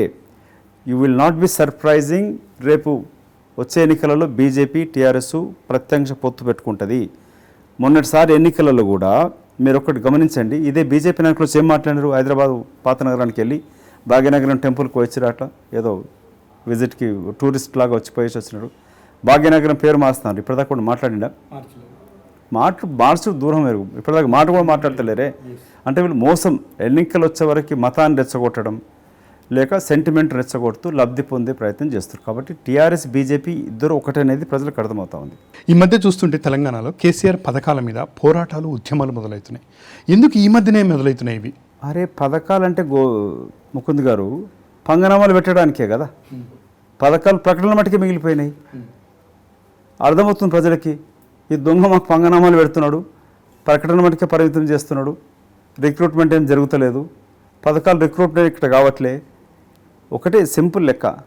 మైనార్టీలు తీసుకుంటే కూడా ఎన్ని వేల కోట్లు కేటాయించినాడు, విడుదల ఎన్ని చేసినాడు, ఖర్చు ఎంత పెట్టినాడు. ఆత్మగౌరవ భవనాలు అంటాడు. ఊరి దరిద్రపు గొట్టమా. మాకు కావాల్సింది సెల్ఫ్ రూల్, పరిపాలన మేము చేయాలా. ఆత్మగౌరవ భవనాలు అంటూ ఎక్కడో అక్కడ మురికికాలు పక్కన మూసికాలు పక్కన కట్టేసి ఇస్తావు. మిగతా కులాలకి ఇస్తే ఇసుకో, ఎక్కడ నేర్చుకొని. అంటే భవనాలు కాదు ఇవాళ, చదువుకోవడానికి బడులు కావాలా. భవనాలు మీరు ఇంకో ఉదాహరణ చెప్తే, తెలంగాణలో వచ్చినట్టు బంజారాయిల్స్ అంటే ఇది లంబడోళ్ళది, బంజారాలది బంజారాయిల్స్ అంటే. ఈడ భవనం కట్టిస్తా అని చెప్పి ఒక గోడ కట్టేసి పెట్టేసినాడు. అదే టీఆర్ఎస్ కార్యకర్తతో కేసు వేయించింది. అది ఇప్పటిదాకా అందరూ ఏమనుకున్నారు, 10 కోట్లు పెట్టి బంజారా భవనం, హెడ్లైన్స్ పేపర్లలో. పాపం ఎక్కడెక్కడో ఉన్న బంజారాలంతా కూడా మా కొరకు హైదరాబాద్లో భవనం కట్టిస్తున్నాడు, బంజారాయిల్స్ అంటే మాదేనట, ఆడు మాకు భవనం కొడుతున్నా అందరు నమ్మిపోయినాడు. ఓట్లేసి గుద్దిరి వీడికి పోయి ఆఖరికి వచ్చారు. ఇప్పటిదాకా బంజారా భవనం లేదు, భవంతి లేదు, కనీసం పునాది కూడా లేదు అక్కడ. కాబట్టి ఇతని పథకాలన్నీ కూడా పంగనామాలు పెట్టడానికి, ప్రకటనలకే పరిమితం అవుతూ అమలుకు నోస్ అవ్వట్లేదు, అమలు కావట్లే. ఇటు రైతు బంధు అంటించుకుంటూ మిగతా దోచుకుంటా ఉన్నాడు. 2000 పెన్షన్ ఇస్తూ అక్కడ అన్నీ పెంచేస్తూ ఉన్నాడు. ఇది అర్థమవుతుంది స్లోలీ ప్రజలకి. చెప్పారు కదా, ఒకసారి ఒక్కరిని ఫూల్ చేయగలుగుతావు, అందరిని అన్నిసార్లు ఫూల్ చేయలేవు. 2 సార్లు చేసినాడు, ఇక పతనం మొదలైంది ఇతనికి. భైంసాలో కూడా చూసుకుంటే అక్కడ జరుగుతున్న అక్రమాలు కానీ అన్యాయాలు కానీ మొన్న వరదలు వచ్చినా కానీ మునిగిపోయిన ప్రాంతాలు చాలా ఉన్నాయి. అక్కడ ఎంత ధర్నాలు చేస్తున్నా ఆ ప్రజలకి మద్దతుగా కాంగ్రెస్ ఒక్కసారి కూడా నిలబడలేకపోయింది. ఎందుకని? నేను నిన్ననే మొన్న కూడా కాల్ ఇవ్వడం జరిగింది ముకుంద్, ఇంక్లూడింగ్ రాహుల్ గాంధీ ట్వీట్ చేయడం జరిగింది. వరదలు వచ్చిన తెలంగాణ ప్రాంతాలన్నిటి కూడా కాంగ్రెస్ కార్యకర్తలు నాయకులు వెంటనే సహాయక చర్యలు చేపట్టమని చెప్పి. కానీ మీరు మొదటి ప్రశ్న అంటే అధికార పార్టీ వాడు ఎక్కడ చచ్చిండు? డబ్బులు కేటాయించి ఖర్చు పెట్టాల్సింది ప్రభుత్వమే. కాంగ్రెస్ పార్టీ సహాయం చేయాల్సిందే. ఓకే, ప్రతిపక్ష పార్టీగా ప్రజల కొరకు చేస్తాము, నిలబడతాము, మాతో చాతనంత కార్యకర్తలు పోయి అక్కడ సహాయం చేస్తారు. కానీ ప్రభుత్వం, ఎమ్మెల్యేలు, ఎంపీ, మంత్రులు వాళ్ళే ఉన్నారు కదా దొంగలు. వాళ్ళు ఖర్చు పెట్టాలి కదా. ప్రగతి భవన్లో సమీక్ష అంటూ కూర్చున్నాడు, లేక ఫామ్ హౌస్లో పండుకుంటాడు. వాళ్ళు ఎక్కడ పోతున్నారు? మా చెల్లెమ్మ గారు ఫోటో దిగుతుంది, సెల్ఫీలు పెట్టుకుంటుంది. జాగృతి సంస్థతోటి జాబులు ఖాళీ చేస్తూ ఉంటుంది, జేబులు ఖాళీ చేస్తూ ఉంటుంది. కానీ ఎందుకు అక్కడ పోయి సహాయ చర్యలు చేయట్లే? ఎందుకు టీఆర్ఎస్ పార్టీ నాయకులు చెట్ల సంతోష్ సెల్ఫీలు దిగుతూ ఉంటాడు? అరే వరదలొచ్చి కొట్టుకుపోతుంటే చెట్లు నాటమంటాడు. ఊరే దరిద్రపు కొట్టం, చెట్లు నాటితే ఎక్కడ రావు? ముందు అయితే వరదలకు అయితే తిండి అయితే పెట్టు ఫస్ట్, అది పెట్టట్లే. ముందు వాళ్ళు పెట్టాలి కదా. అయితే మీరు ఇందాక ట్వీట్ అంటే నాకు గుర్తొచ్చింది. మొన్న మీ ట్విట్టర్లో ఒక ట్వీట్ చూశాను. నేటి ప్రాజెక్టులే రేపటి ఆధునిక దేవాలయాలు అని చెప్పేసి నెహ్రూ గారి మాటని మీరు పదే ట్వీట్ చేస్తూ ఉంటారు, ఎక్కడైనా మీటింగ్లో చెప్తూ ఉంటారు. కానీ అలాంటి ప్రాజెక్టుల పరిస్థితి ఈరోజు తెలంగాణలో ఏ విధంగా ఉందో అందరికీ తెలుసు. ఎందుకు అంత పాతాళంలో కనిగిపోయినాయి ఆ ప్రాజెక్టుల పరిస్థితి? రాజకీయ నాయకుడు రాజకీయ నీతిజ్ఞుడు. రాజకీయ నాయకుడేమో రేపటి ఎన్నికల గురించి ఆలోచిస్తాడు. అది ఫక్తు చంద్రశేఖర్ అంటాడు. రాజనీతిజ్ఞుడు రేపటి భవిష్యత్తు గురించి ఆలోచిస్తాడు. పండిత్ నెహ్రూ గారు ఇవాళ ఎస్ఆర్ఎస్పి తెలంగాణ వరప్రదాయిని అనేది పండిత్ నెహ్రూ కట్టించింది. నాగార్జున సాగర్ పండిత్ నెహ్రూ గారి హయాంలో, ఐఐటీలు, ఐఐఎంలు, బిహెచ్ఈఎల్ కాడికి వెళ్ళి వారి హయాంలో మొదలైనవి. అసలు ఐటీ డెవలప్మెంట్ కూడా రాజీవ్ గాంధీ గారితో మొదలైనది. సో ఇట్లా మీరు అందుకే నెహ్రూ గారు ఎందుకు స్మరించుకోవాల్సిందంటే, వాళ్ళ నరేంద్ర మోదీ గారేమో ఏదైనా ఉంటే నెహ్రూ గారి సహాయంలో తప్పైందని మాట్లాడతాడు. అసలు ఆ దేశంలో అప్పుడు పరిస్థితులు ఏంటి, దేశ ఆర్థిక పరిస్థితి ఏంటి, ఏ విధంగా వాళ్ళ అన్ని రంగాలని వాళ్ళ మీరు రాకెట్ యుగం అంటూ పోతాడు అక్కడికి. అది ఎవరు స్థాపించినది? అది ఇస్రో కాడికి వెళ్ళి. సో ఇతన్ని నెహ్రూ, అందుకే పండిత్ నెహ్రూ గారు నవభారత నిర్మాత అని ఎందుకంటాం, చాచానేరని ఎందుకని అంటాం, ఇప్పటికి కూడా ఎందుకు గుర్తు చేసుకుంటాం? కానీ ఒక దుష్ప్రచారం జరుగుతూ ఉంది. నెహ్రూ ఒక ముస్లిం అంటూ, వాళ్ళ తండ్రి ఒక ముస్లిం అని అంటూ ప్రచారం బీజేపీ పార్టీ వాళ్ళకు అనుబంధ సంస్థ టీఆర్ఎస్ చేస్తుంది. అత్యంత దారుణం. ఇవాళ రాహుల్ గాంధీ గారు 2004 అధికారానికి వచ్చినప్పుడు ఒక కాంగ్రెస్ నాయకుడు చంద్రబాబు పైన ఏం చేయలేదన్నప్పుడు, లేక వాజ్పేయి గారి గురించి మాట్లాడితే కూడా అతను ఖండించినాడు. అది నన్ను అట్లా అనకూడదు, మనం అధికారం వచ్చినంత మాత్రాన అహంకారంతో మాట్లాడొద్దు, వాళ్ళ హయాంలో వాళ్ళు చేయాల్సినంత చేసినారు, మనకి ఇప్పుడు అధికారం ప్రజలు ఇచ్చారు కాబట్టి మనం ఇంకెంత బెటర్ చేయగలుగుతామని చెప్పాల్సిందని చెప్పినాడు. అట్లాగే మోదీ గారు చేసేది ఉంటే నెహ్రూ గారు, ఇందిరాజీ, శాస్త్రి గారు, మన్మోహన్ సింగ్ గారి హయాంలో, రాజీవ్ గాంధీ గారి హయాంలో జరిగిన అభివృద్ధిని గుర్తు చేసుకుంటూనే ఇవాళ మేము తీసుకొచ్చిన ప్రాజెక్టులను నువ్వు నడిపిస్తున్నావు. ఉపాధి హామీ దండుగా అన్నావు. ఇవాళ ఉపాధి హామీతోటి మొన్న మైగ్రెంట్ లేబర్స్ లక్షలాది కోట్లాది మంది ప్రజలకి అది సహాయపడింది, తిండి పెట్టింది, బువ్వ పెడుతున్నది. కాబట్టి మంచి కార్యక్రమాన్ని మనం సమర్థించాల్సిన అవసరం ఉంటుంది. నువ్వు అధికారం కలకాలం ఉండవు, దిగిపోయినప్పుడు మళ్ళీ కొత్తగా అధికారానికి వచ్చిన వాళ్ళు పోయినప్పుడు నీ భరతం పడతారు కదా. కాబట్టి మనం వాళ్ళంతా దేశ రత్నాలు. నెహ్రూ గారు కానీ, ఇందిరా గారు కానీ, రాజీవ్ గారు, శాస్త్రి గారు, దే దేశ సంపద వాళ్ళు. They don't belong to Congress party, they belong to India. They represented and they were prime ministers of India, not prime minister of Congress party. అందుకే మోదీ గారిని కూడా మేము ప్రైమ్ మినిస్టర్ ఆఫ్ ఇండియాగా చూస్తాం, ప్రైమ్ మినిస్టర్ ఆఫ్ బీజేపీ పార్టీగా కాదు. కానీ ప్రధానమంత్రిగా ఉంటూ ఇవాళ నీకు మద్దతుగా ఉన్న పారిశ్రామికవేత్తలని ఇంకా సంపన్నులుగా మారుస్తూ దేశ సంపదను నువ్వు వాళ్ళకి దోచిపెట్టడాన్ని వ్యతిరేకిస్తాం. కోకాపేట విషయానికి వస్తే ఎకరం 60 కోట్లు, హాలీవుడ్లో కూడా లేనిటువంటి పరిస్థితి. అంత తారాస్థాయికి రేట్లు ఎందుకు పెరుగుతున్నాయి? అసలు ఆ కోకాపేట విషయాలు ఏంటి? దాని మీద కాంగ్రెస్ ఏ విధంగా పోరాటం చేయబోతుంది? 60 కోట్లు చెప్పారు కరెక్టే. అంటే ఇప్పుడు ఇది ఒక ఎకరం మీద 60 కోట్లు అన్నప్పుడు దీన్ని ఆనుకొని ఉన్న ఇంకో ఎకరం 30 కోట్లకి ఎట్లా ఉంటుంది? అదే అవినీతి ఇక్కడ. సో నువ్వు ఆన్లైన్ టెండర్లు అని చెప్పి టెండర్ వేసిన ఆ కలెక్టర్ ఫోన్ చేసి బెదిరించుడు, వాళ్ళకి ఆల్రెడీ ఏదో కాంట్రాక్ట్లు ఉంటాయి కదా, బిడ్డ నువ్వు ఇది చేస్తే నీకు పర్మిషన్లు ఇవ్వం, నువ్వు విరమించుకో, నీకు వేరే ప్రాజెక్టులు ఇవ్వం, లేక ఇంకా పెద్ద కాంట్రాక్ట్ వచ్చింది కూడా నామినేషన్ పాల్గొంటే నీకు ఇది ఇక్కడ ఇది వదిలిపెట్టిది మా మైహోంకో మా రాజ్ పుష్పకి అది ఇస్తాను, నీకు కావాలంటే ఇంకో దగ్గర ఇప్పిస్తా, చంద్రశేఖర్ గారు చెప్తే మొన్న కాలు మొక్కేసి వచ్చిన ఆయనకి, సో మరోసారి కాలు మొక్కి నీకు వేరే వేరే ఇప్పిస్తా, మా తమ్ముళ్ళు ఉన్నది ఇక్కడ ఇది వదిలిపెట్టమని చెప్తాడు కలెక్టర్. ఇది జరిగిన అవినీతి. దీన్ని బయట పెట్టడానికి కొరకే 100,000 కోట్ల ఎందుకు కుమ్ముకోనని చెప్పినామనంటే, ఈ ఆన్లైన్ ఆక్షన్లో ఫస్ట్ ఆఫ్ ఆల్ అసలు ఇది ఇన్నేళ్ళు కాంగ్రెస్ ఏం చేసిందంటే, ఒరే దుర్మార్గుడు కూడా కాంగ్రెస్ నీకు తెలంగాణ ఇచ్చుడే కాక ఈ 1,000 కోట్లు ఖరీదు చేసే జాగలను కూడా కాపాడి ఇచ్చింది నీకు. ఇవి ప్రజా సంక్షేమం కొరకు ఖర్చు పెట్టాలా? ఈ ల్యాండ్ అమ్మినప్పుడు స్కూల్స్, పార్కులు, పబ్లిక్ ఇన్ జనరల్ ఉపయోగపడడానికి కొరకు ఉండాలి తప్ప నువ్వు జీతాలకు నీ కమిషన్ల కొరకు అమ్మేసి ఖర్చు పెడతానంటే రేపు మీ ఇంకేముంటుంది? అప్పుడు నీకు హాస్పిటల్స్కి జాగ ఉండదు, పాఠశాలకు జాగ ఉండదు, పార్కులకు జాగ ఉండదు. సో పబ్లిక్ ఇన్ గుడ్ ఉండేదానికి ఎట్లాంటి సౌకర్యాలు లేనప్పుడు ఇది అమ్మేస్తున్న ఒకటి, అమ్మడం కూడా అవినీతి ఒకటి. హాలీవుడ్లో లేని ధర ఇక్కడ లేదు.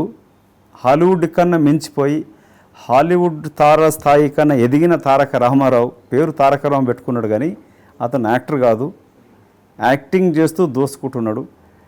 అమెరికాలో ఏం ఉద్యోగం ఉండే, ఈ రాష్ట్రానికి తిరిగి వచ్చినప్పుడు తమ్ముడి తారక రామారావుకి ఏం వ్యాపారాలు ఉండే, తెలంగాణ ఉద్యమం ఉధృతంగా ఉన్నప్పుడు వీళ్ళు కంపెనీలు స్థాపించారు. చెల్లెమ్మ, అన్నయ్య గారు, వాళ్ళ బావగారు కంపెనీలు స్థాపించారు. అప్పుడు వ్యాపారాలు చేసుకుంటూ ఉండే. ఇక తెలంగాణ బిడ్డలేమో ప్రాణాలు అర్పిస్తూ ఉండే. ఇది వీళ్ళు చేసిన ఘనకార్యం. ఈ కోకాపేట కూడా అవినీతి భాగవతం బయటపడుతుంది. దాన్ని ఇట్లా అమ్ముకుంటూ పోతే ఈయన చేసిన అప్పులకు ఏదీ మిగలదు. కాబట్టి ధరలు ఒక మార్కెట్ ధరనే అనుకున్నప్పుడు ఒక ఎకరం పక్కనే ఇంకో ఎకరానికి ఎందుకు వస్తుందనేది ప్రశ్న. దీనిపైన పోరాటం న్యాయపరంగా ప్రధానమంత్రిని, హోంమంత్రిని, సిబిఐని కూడా కలిసి ఈ అవినీతిని బయటపెడుతూనే అది కానప్పుడు న్యాయస్థానాలను కూడా ఆశ్రయించడం జరుగుతుంది. ఇంకొకటి, అక్కడ అసైన్డ్ 250 కుటుంబాలు ఉన్నాయి. వాళ్ళ జాగ గుంజుకుంటూ నష్టపరిహారం ఇవ్వకుండా అసైన్డ్ భూములను అమ్మేస్తూ ఉన్నాడు. టీఆర్ఎస్ పార్టీ దొంగలకేమో ప్రతి జిల్లా కేంద్రాలలో ప్రభుత్వ భూములు తీసుకొని ఆఫీసులు కట్టుకుంటున్నాడు. కానీ అక్కడ పేదలకు మాత్రం ఇప్పటిదాకా ఇల్లు కట్టిస్తలేడు. 2 బెడ్రూమ్లు ఇల్లు కూడా కూడా లేవు. అసైన్డ్ భూములు అగ్వసోక కాంగ్రెస్ హయాంలో, టీడీపీ హయాంలో అసైన్డ్ భూములని నిరుపేదలకి ఇందిరమ్మ గృహాల పేరు పైన వాళ్ళకు 60 గజాలు 100 గజాలు ఇస్తూ వాళ్ళకి ఇల్లు కట్టించడం జరిగింది. ఇప్పుడు అవన్నీ కాజేస్తూ ఇతను వ్యాపారం చేసుకుంటా ఉన్నాడు. మై హోమ్కి కట్టిస్తూ ఉన్నాడు.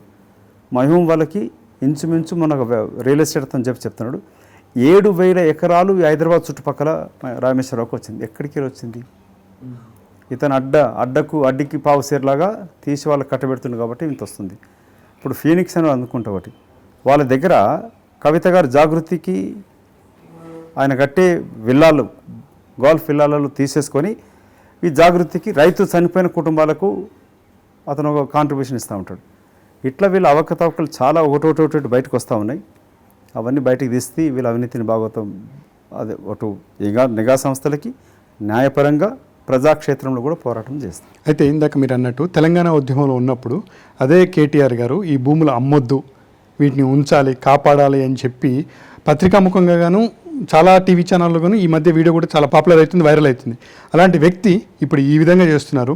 వాళ్ళ బినామీ పేర్ల మీదే ఇవన్నీ ఉన్నాయని చెప్పేసి కూడా మొన్న రేవంత్ రెడ్డి గారు కూడా చెప్పడం జరిగింది. వీటిని వచ్చి నిజం మై హోమ్లో కట్టేటి ఇప్పుడు ఏ రియల్ ఎస్టేట్ కూడా 1000 అపార్ట్మెంట్ కడుతున్నప్పుడు బ్యాంక్ లోన్ తెచ్చుకుంటారు. అక్రమార్జన నల్లధనం పార్క్ చేయాలంటే easy real estate. Bank loan తెచ్చుకోకుండా తమ్ముడు తారక రామారావు సంపాదించింది అటు యశోదలను మై హోమ్లో పెడుతూ ఇప్పుడు my home become our home అయిపోయింది కల్వకుంట్ల కుటుంబానికి. దాంట్లో అంత పార్క్ చేస్తున్నారు అనేది అందరు చెప్తా ఉన్నారు. కాలెల్త్ అనే సంస్థ ఏర్పాటు చేసి రామలింగరాజు కుమారుడితో కూడా వ్యాపారాలు చేస్తారనేది చెప్తా ఉన్నారు. ఇంకా జీవీపీఆర్ సంస్థలతోటి మిషన్ భగీరథ కాదు, అది కమిషన్ భగీరథ. మెగా దాంట్లో వీళ్ళకున్న వాటా ఎంత అనేది కూడా పైపులలో కూడా ఎట్లా సహా చేశారనేది, ప్రైవేట్ విమానాలు ఎట్లా తిరుగుతున్నది కూడా బయటకు వస్తూ ఉన్న ఒకటి విషయాలని కూడా రేవంత్ రెడ్డి గారు చెప్పారు గతంలో.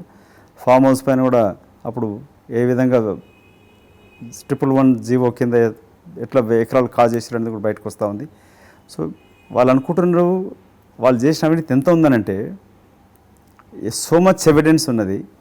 అధికారం ఉంది కాబట్టి వాళ్ళు కప్పిపుచ్చుకొని తిరుగుతున్నారు. ఒకసారి అధికారం దిగిపోయాక వీళ్ళ ఆటలు బయటకు వస్తుంది. ఒక్కొక్కరు వీళ్ళ అవినీతి అంతా కూడా దే కెనాట్ ఎస్కేప్. జయలలిత 20 ఏళ్ళైనా కూడా జైలుకి వెళ్ళి వచ్చింది. కాబట్టి వీళ్ళ అవినీతి ఎంత ఉందనంటే, దానికి ఎంత ఎవిడెన్స్ ఉందంటే they can never escape going to the jail. మీరు ఒక సందర్భంలో ఒక మాట అన్నారు, కేసీఆర్ కుటుంబం అక్రమార్జన నుంచి కాపాడుతుంది సోమేష్ కుమార్ అన్నారు. అది ఎందుకు అనాల్సి వచ్చింది? ఇప్పుడు చీఫ్ సెక్రటరీ అనే అతను 17 మంది అధికారులను సూపర్సీడ్ చేస్తూ 7 సంవత్సరాలు ప్రైవేట్ కంపెనీలో పనిచేస్తూ వచ్చి నిబంధనలకు వ్యతిరేకంగా అతను చీఫ్ సెక్రటరీ అయినాడు. కాబట్టి అతను పూర్తి స్థాయిలో is a chief security officer to Kalvakuntla కుటుంబం, నాట్ ఫర్ తెలంగాణ రాష్ట్రానికి వరకు కాదు. అట్లాగే ఐజీ ప్రభాకర్ గారు రిటైర్ అయిన వ్యక్తి ఓఎస్డీగా కన్సల్టెంట్ ఉండొచ్చు, కానీ ఫుల్ ఫ్లెడ్జ్డ్ ఆ పొజిషన్లో ఉండకూడదు. అది రూల్స్కి వ్యతిరేకం. ఎందుకు ఈ ఐపీఎస్ అధికారులు దద్దమ్మలాగా కేసులు ఎట్లా అర్థం కావట్లేదు. నేను న్యాయవాదిగా ఉన్నప్పుడు, కన్నబెండ గారి జూనియర్ ఉన్నప్పుడు ఎక్కడ ఇట్లాంటి అన్యాయం జరిగితే క్యాట్కి వెళ్ళేవాళ్ళు, ట్రిబ్యునల్కి వెళ్ళి అప్పీల్ చేస్తూ ఉండే, ఓవర్ రూల్ చేస్తూ, అంటే సీనియారిటీ ఓవర్ రూల్ చేస్తే ప్రమోషన్స్ వచ్చినప్పుడు వాళ్ళు కేసులు వేస్తుండే. వాళ్ళందరూ భయపడి ఉంటారు ఎందుకు అంటే, వాళ్ళు అక్రమాస్తులు ఏమైనా పోతాయని చెప్పా లేక దేనికి భయపడతారో అర్థం కాదు. సో అతనిది కానీ ఇంకా ఫైనాన్స్ సెక్రటరీ అతను కూడా ప్రైవేట్ రిటైర్డ్ అతను తీసుకొచ్చి పెట్టినారు. సో ఇట్లా ఎన్నో ఉద్యోగాలలో అంటే వాళ్ళకి అనుకూలంగా ఉంటూ వాళ్ళ చెప్పు చేతులు పనిచేసే, ఎక్కడన్నా కలెక్టర్ అనేవాడు సాష్టాంగ నమస్కారం చేస్తారా అండి? ఐఏఎస్ ఆఫీసర్ అనేవాడు అసలు అంటే అయ్యా బాంచనట్టుగా పనిచేస్తూ ఉన్నాడు. ఈజ్ ఆల్ ఇండియా సర్వీస్ అది. సో దానికి నిబంధనలకు వ్యతిరేకంగా కూడా ఆత్మగౌరవం లేకుండా పనిచేస్తున్న అధికారులను పెట్టుకున్నప్పుడు ఈ అధికారులకు వ్యతిరేకంగా వాళ్ళు చేస్తున్న అవినీతి అక్రమాలతోటి ఎట్లా ప్రమోషన్స్ వచ్చారో వాళ్ళు అది ఎదిగినప్పుడు కల్వకుంట్ల కుటుంబాన్ని రక్షించడానికి పనిచేస్తూ ఉన్నారు. కాబట్టి అట్లాంటి అధికారులపైన చర్య తీసుకోవాలని కూడా మేము మినిస్ట్రీ ఆఫ్ పర్సనల్ కింద ప్రధానమంత్రి కింద ఉంటుంది, వాళ్ళకు కూడా రిపోర్ట్ చేయాలని కూడా నిర్ణయించడం జరిగింది. తెరాసకి కాంగ్రెస్లో చాలామంది కోవర్ట్లు ఉన్నారు అని చెప్పేసి ఒక టాక్ కూడా వినిపించింది. వాటిలో ఇప్పుడు మీరు ఏ విధమైనటువంటి నిర్ణయాలు తీసుకోబోతున్నారు? వాళ్ళకు ముందేమో ఓపెన్గా ఇచ్చినాం, పోయేది ఉంటే పోండి రాబోయే ఎందుకుంటారు ఇక్కడ. సో గతంలో ఉపేక్షించినట్టు ఇప్పుడు ఉండదు. రాహుల్ గాంధీ గారు కొత్త నాయకత్వం కూడా సీరియస్గా ఉన్నది. ఇంట్లో ఉండి ఎందుకు ద్రోహం చేస్తారు, పోయేది ఉంటే వెళ్ళిపోండి. రాహుల్ గాంధీ ఎప్పుడు పోయేవాళ్ళం బొమ్మంటాడు. వరదొచ్చినప్పుడు మురికి అంతా కొట్టుకుపోతుంది. సో మురికి కాలం అంతా మురికి కొట్టుకుపోయినప్పుడు కొత్త నీళ్ళు వస్తుంది. కొత్త నీళ్ళు వచ్చినప్పుడు అంటే కొత్త నాయకత్వం కూడా వస్తుంది. సో కాంగ్రెస్కి నాయకుల కొరత ఏం లేదు, కార్యకర్తల కొరత లేదు. పోయేవాడు ఉంటే బండి కొత్త నాయకత్వం నిర్మించుకుంటామని చెప్పి రాహుల్ గాంధీ ఒక ఆదేశం, ఆ విధంగానే పనిచేస్తాం. పాదయాత్రల విషయానికి వస్తే ఇటు రేవంత్ గారు పాదయాత్ర అంటున్నారు, అటు బీజేపీ పాదయాత్ర అంటున్నారు, ఇటు షర్మిల పాదయాత్ర అంటున్నారు. నిజంగా పాదయాత్రలు చేస్తే గవర్నమెంట్ అధికారంలోకి వస్తుందా? చూడండి, అంటే ప్రజల పక్షాన పాదయాత్ర చేస్తూ వస్తుంది. రాజకీయ లబ్ధి కొరకు చేసే పాదయాత్ర పనికిరాదు. బీజేపీ పార్టీ తీసుకుంటే August 9 quit India movement Mahatma Gandhi ప్రారంభించినాడు. అప్పుడున్న హిందూ మహాసభ, ముస్లిం లీగ్ కూడా క్విట్ ఇండియా మూమెంట్కి వ్యతిరేకంగా, స్వతంత్ర ఉద్యమంలో వాళ్ళ పాత్ర లేదు, క్విట్ ఇండియా మూమెంట్ కాలుకి కూడా వాళ్ళు వ్యతిరేకంగా కాలు ఇవ్వడం జరిగింది. ఆ మాతృ సంస్థకి వెళ్ళి వచ్చిన బీజేపీ పార్టీ అధ్యక్షుడేమో ఆగస్టు 9 క్విట్ ఇండియా రోజున ప్రారంభిస్తానంటాడు. అక్టోబర్ 2 వరకు పాదయాత్ర అంటున్నాడు. అక్టోబర్ 2 గాంధీ మహాత్ముడు పుట్టినరోజు. గాంధీ మహాత్మును చంపిన గాడ్సేకు గుడులు గట్టి పూజించే దుర్మార్గులు వీళ్ళు. మహాత్మా గాంధీ పుట్టినరోజుని ప్రారంభం ముగింపు అంటే ప్రజలు ఎట్లా విశ్వసిస్తారు మిమ్మల్ని? ఇక మీరు ఇంకో నాయకురాల గురించి అడిగినారు, పిల్ల పుట్టంగానే పరిగెత్తదు. మొన్ననే జూలై 8 ఏర్పడ్డది. ఆడబిడ్డ పుడితే 11 నెలలు అయితే నడవాలంటే, 6 నెలలు మినిమం పడుతుంది బోర్లో పడాలంటే. కాబట్టి ఆ సోదరి గురించి మాట్లాడడం అంత అవసరం లేదనుకుంటే. అది చెప్పే కదా ఆమె గురించి. మనం ఇప్పుడు పిల్ల పుడితే కనీసం 6 నెలలు బోర్లు పడతానికి కావాలి, 11 నెలలు నడుస్తానికి కావాలి. మగ పిల్ల పడితే 14 నెలలు పడుతుంది. నిన్న మొన్న పుట్టిన పార్టీ ఇంకా 4 రోజుల్లో కావాలి. ఇంకా దానిపైన అభిప్రాయం చెప్పేంత ఏముంటుంది? అంత సీనే లేదు. ఇక్కడ వైఎస్ గారి చరిష్మాని ఇటు కాంగ్రెస్ యూజ్ చేసుకోబోతుందా, లేకపోతే షర్మిల పార్టీ యూజ్ చేసుకోబోతుందా? వైఎస్ రాజశేఖర రెడ్డి గారు కాంగ్రెస్ పార్టీ దివంగత నేత, అందరం గౌరవిస్తాం. మొదటిగా నేను దివంగత నేతల గురించి స్పందించను ఎక్కువ. ఒక మాటలు చెప్పాలంటే వారు కాంగ్రెస్ పార్టీ అగ్రనాయకుడు. కాంగ్రెస్ పార్టీ అధికారం ఉన్నప్పుడు ముఖ్యమంత్రిగా, వారు చనిపోకముందు జూలై 9, 2009లో యూత్ కాంగ్రెస్ ఎగ్జిక్యూటివ్ కమిటీ ఢిల్లీలో అడ్రస్ చేస్తూ నాకు ఈ స్థాయి కల్పించింది, 34 ఏళ్లకు అధ్యక్షుని చేసి 2 సార్లు ముఖ్యమంత్రిని చేసింది కూడా గాంధీ ఫ్యామిలీ, ఇందిరాజీ, రాజీవ్జీ అండ్ సోనియా గాంధీ గారు అని చెప్తూ వారు ఒక మాట చెప్పినారు, రాహుల్ గాంధీ గారిని ప్రధానమంత్రి చేయడమే నా లక్ష్యం అని చెప్పి వారు చెప్పడం జరిగింది. సో ఇది కాంగ్రెస్ పార్టీకి రాజశేఖర రెడ్డి గారికి ఉన్న అనుబంధం. అంతకన్నా ఇంకెక్కువ నేను వారి గురించి మాట్లాడితే ఇప్పుడు ఈ సమయంలో సబబు కాదు. దేవేంద్ర గౌడ్ గారిని మొన్న కలవటం జరిగింది రాజకీయ పరంగా. బయటకు వచ్చిన తర్వాత రాజకీయాల కోసం తనతో కలవటం జరిగిందన్నారు. దాన్ని ఏ విధంగా చూడొచ్చు? దేవేంద్ర అన్న గారు నాకు అత్యంత అంటే కుటుంబ బంధుత్వమే కాకుండా ఈ ఇల్లు కూడా నేను వారు మంత్రిగా ఉన్నప్పుడు కట్టించుకున్న ఇల్లు. నేను అమెరికాకి తిరిగి వచ్చినప్పుడు నాకు ఇల్లు ఇచ్చినాడు. సో దేవేంద్ర గౌడ్ అన్న గారితో నాకు పిల్లలతో కూడా మా బంధుత్వం సన్నిహితం, నా గురుతుల్యులు. తెలంగాణలో ఉన్న అతి కొద్ది మంది రాజకీయ నాయకులలో అత్యంత ప్రతిభాశాలి దేవేంద్ర గౌడ్ గారు. నేను అందుకే చెప్పాను, వారు దేవేంద్ర గౌడ్ గారు తెలంగాణకున్న బంగారు నిధి లాంటి వ్యక్తి. సో వారిని రేవంత్ గారు నేను కూడా చాలా అత్యంతగా గౌరవిస్తాం. రేవంత్ కూడా ఫోన్ చేసి, అన్న మనం దేవేంద్రని కలవాలి, మీరు టైం తీసుకోండి అంటే నేను విజయేందర్ ఫోన్ చేసి వాళ్ళు టైం తీసుకొని వెళ్ళి కలవడం జరిగింది. సో విజయేందరు చింటూ చిన్నోడు నేను పిలుస్తాను, వాళ్ళిద్దరు కూడా రేవంత్ కూడా బాగా దగ్గర తెలుగుదేశం ఉండే కాబట్టి. సో నాకేమో బంధుత్వం కూడా కాబట్టి వాళ్ళిద్దరిని కలవడమే కాకుండా దేవేంద్రన్న గారితో మేము తెలంగాణలో ఎలాంటి కార్యక్రమాలు చేపడితే బాగుంటుంది, తెలంగాణ జలవనరులు కాపాడడానికి వారు దేవేంద్ర గౌడ్ గారు ఆదిలాబాద్ నుంచి పాదయాత్ర కూడా చేయడం జరిగింది. కాబట్టి వారికి ఎన్నో విషయాలు వారికి తెలుసు, వారితో నేర్చుకోవాల్సింది ఎంతో ఉందని చెప్పి కలవడం. భవిష్యత్తులో కూడా ఎలాంటి అవకాశాలు ఉన్నా వారు మాతో కలిసి రావడానికి కొరకు రావాలని అభ్యర్థించడం జరిగింది. అది ఇంకా చర్చల స్థాయిలో ఉంది. ముందుకు ఇంకా దాన్ని ఫర్దర్ డెవలప్మెంట్ అయినప్పుడు మీ ద్వారా కూడా వివరిస్తాం. మొన్న విశ్వేశ్వర రెడ్డి గారిని కూడా పరామర్శించడం జరిగింది. కాంగ్రెస్లోకి రాబోతున్నారా? కాంగ్రెస్లో ఉన్నాడు కదా, మొన్న రాజీనామా చేసినాడు. Vishweshwar is very dear friend of mine. రాజకీయం రాకముందు అమెరికా నుంచి మాకు పరిచయం. తెలంగాణ ఉద్యమంలో డాక్టర్ భిక్షం గుజ్జాని స్విట్జర్లాండ్ నుంచి వచ్చి ఉండే ఇరిగేషన్ దాంట్లో నిపుణులు. వారి ఇంట్లో మేము ఎన్నో సీక్రెట్ మీటింగ్స్ కొనసాగిస్తూ ఉంటుంది.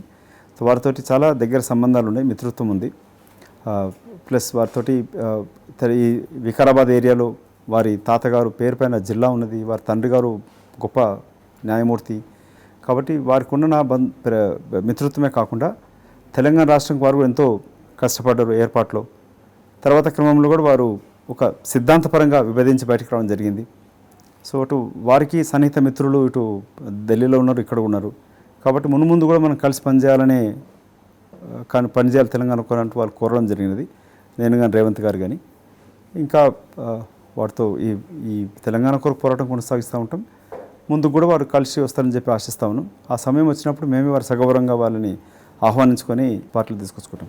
మల్లన్న గారిని, ప్రవీణ్ గారిని ఏమైనా పార్టీలోకి ఆహ్వానించేది ఉందా? వాళ్ళతో ఏమైనా డిస్కస్ చేసే ఆలోచనలు ఉన్నారా?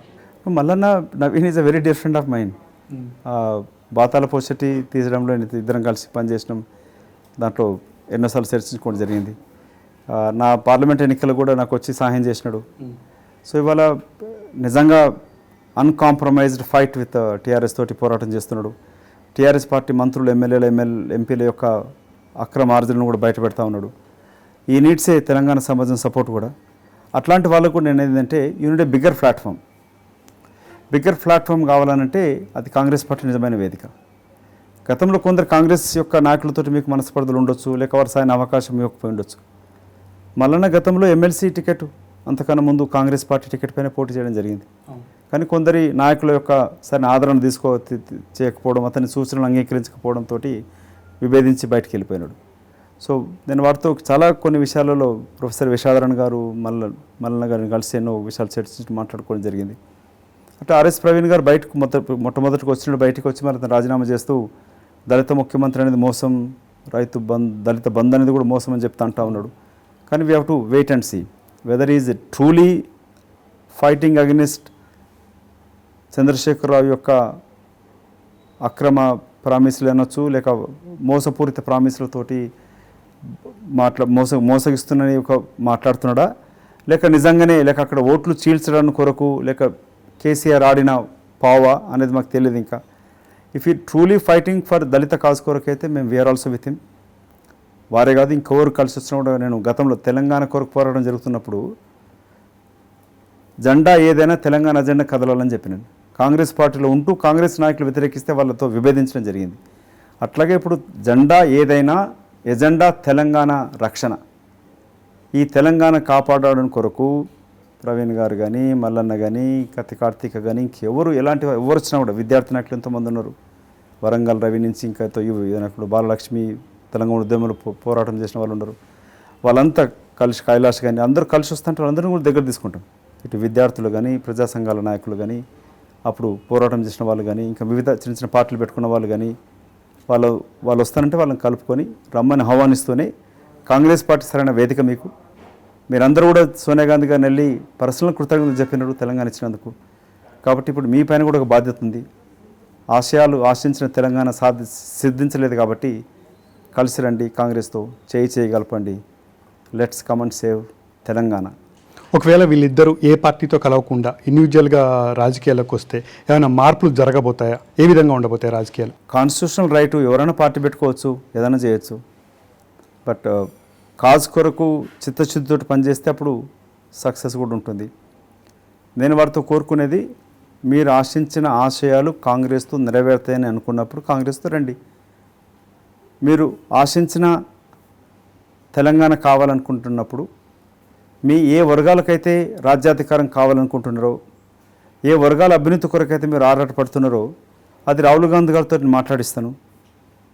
మీకు వారి కాంగ్రెస్ మేనిఫెస్టోలో మీరు అనుకున్నట్టుగా మేము పొందుపరిచినప్పుడు, ఇన్ కేసు రేపు కాంగ్రెస్ పార్టీ ప్రభుత్వం వచ్చినప్పుడు మీరు అడిగినట్టుగా ఈ కార్యక్రమాలు చేపడతాము, మేనిఫెస్టోలు ఇవన్నీ ఒక టైం బౌండ్గా ఇవి ఇంప్లిమెంట్ చేస్తామని చెప్పి రాహుల్ గాంధీ గారితోనే హామీ ఇప్పిస్తాము. అప్పుడు మీకు నమ్మకం కుదిరితే రండి. ఇప్పటి వరకు తెలంగాణ ఉద్యమకారులని కలుపుకొని పోలేదు అని చెప్పేసి ఒక టాక్ ఉంది. అది నిజమేనా, లేకపోతే ముందు ముందు ఏ విధంగా కలుపుకొని పోబోతుంది? కాంగ్రెస్ పార్టీ ఉద్యమకారులని ఎప్పుడు మోసం చేయలే. ఉద్యమకారులను మోసం చేసింది కల్వకుంట్ల చంద్రశేఖర్ రావు, ద నంబర్ 1 మోసగాడు. కాంగ్రెస్ పార్టీ ఉద్యమాన్ని గౌరవించింది, ఉద్యమానికి ప్రాణాలు అర్పించిన బిడ్డల ప్రాణత్యాగాలను గుర్తించింది. ప్రజా ఉద్యమాన్ని గౌరవిస్తూ ప్రజాస్వామ్యంలో ప్రజలకిచ్చిన వాగ్దానం జవాబుదారీతనం నిలుపుకోవడానికి కొరకే కాంగ్రెస్ పార్టీ అధినాయకురాలు సోనియా గాంధీ గారు రాజకీయ లబ్ధి ఆశించకుండా రాష్ట్ర ఏర్పాటు చేసినది. కాబట్టి తెలంగాణ వాదులారా, నిజాలను గుర్తించండి. ఊసర వెళ్ళి రంగులు మార్చే కల్వకుంట్ల చంద్రశేఖరరావు ప్రభుత్వాన్ని మోసాలని గుర్తించండి. కాంగ్రెస్తో కలిసి రండి. అయితే బీజేపీలో ఇప్పటివరకు చేరిన నాయకులు ఎవరైతే ఉన్నారో వాళ్ళు కొంతమంది అసంతృప్తిగా ఉన్నారు, వాళ్ళ భావాలతో ఏకీభవించలేకపోతున్నారు అని ఒక టాక్. వాళ్ళు కాంగ్రెస్ వైపు వస్తే తీసుకునే ఆలోచన ఉందా? 1+1 అన్నప్పుడు 2 అవుతుంది. అది 1+1 0 కాకూడదు. ఎవరు ఎక్కడ బీజేపీ పార్టీ నాయకులు చాలామంది ఉత్సాహం కనబరుస్తున్నారు. మేము కూడా రమ్మని అడుగుతా ఉన్నాం, వచ్చిన వాళ్ళని తీసుకుంటాము. కానీ వచ్చే ముందు అక్కడ స్థానికంగా ఉన్న కాంగ్రెస్ నాయకులతోటి వాళ్ళతో కలుపుకొని సమీక్షించుకొని వాళ్ళని తీసుకుంటాం. కాంగ్రెస్ ఒక జాతీయ పార్టీ కాబట్టి అన్ని అవకాశాలు ఉంటాయి. కొన్నిసార్లు వాళ్ళు వచ్చే నియోజకవర్గాల్లో ఇబ్బందులు ఉండొచ్చు, వేరే నియోజకవర్గాలు అడ్జస్ట్ చేస్తాము. కాకపోతే ఇంకా వేరే పదవులు బాధ్యతలు ఉంటాయి. కాబట్టి కాంగ్రెస్ పార్టీకి వచ్చే వాళ్ళతోటి ఒక కమిటీ, మాజీ ఎక్స్-పిసిసి ప్రెసిడెంట్ నాయకత్వాన్ని ఒక కమిటీ ఏర్పాటు చేస్తూ చేరికలలో ఆ కమిటీ సంప్రదింపులతో చేసుకొని స్థానిక నాయకులు కూడా భంగపాటు కాకుండా, అవమానం కాకుండా వాళ్ళని కలుపుకొని తీసుకొచ్చే ప్రయత్నం చేస్తూ ఉన్నాం. బీజేపీ, టీఆర్ఎస్ నుంచి కూడా, ప్రజా సంఘాల నుంచి కూడా కాంగ్రెస్ చేయడానికి ఆసక్తి చూపుతూ ఉన్నారు. వారందరికీ కూడా విత్ ఓపెన్ హార్ట్ తోటి ఆహ్వానిస్తూ ఉన్నాం. సో ఇప్పుడు నూతన నాయకత్వం సముచితంగా మిమ్మల్ని గౌరవిస్తుంది. తెలంగాణ రాష్ట్ర ఏర్పాటు జరిగినాక జరుగుతున్న అవినీతి అక్రమాలకు అంతం పలకాల్సిన అవసరం ఉంది కాబట్టి రావాలని కూడా కోరుకుంటా ఉన్నాం. గత ఎన్నికల్లో పొత్తులు పెట్టుకొని పార్టీ కొంచెం ఓడిపోవడం జరిగింది, లేకపోతే వెనకబట్టడం జరిగిందని ఒక టాక్ ఉంది. ఈసారి పొత్తులు ఏమైనా ఉంటాయా, డైరెక్ట్గా పోటీకి వెళ్ళబోతున్నారా? ప్రస్తుతం పొత్తుల గురించి ఆలోచించట్లే, ఒంటరిగా పోరాటం చేయాలని అనుకుంటున్నాం. ఎందుకంటే మీరు అన్నట్టుగా గతం పొత్తులతోటి నష్టం ఎక్కువ జరిగింది లాభం కన్నా, కాబట్టి అలాంటి ఆలోచన ఇప్పుడు లేదు. సార్, రేవంత్ మాధవ్యాష్కి సారథ్యంలో నెక్స్ట్ గవర్నమెంట్ రాబోతుందా? తెరాసని గద్దె దించబోతుందా? ప్రజల పక్షాన బాధ్యతగా ప్రతిపక్ష పార్టీగా పోరాటం చేస్తూ ప్రజల మన్నను చూరగొన్నప్పుడు పూర్తి నమ్మకం ఉంది తెలంగాణ ప్రజలపైన, మమ్మల్ని ఆదరిస్తారని చెప్పి.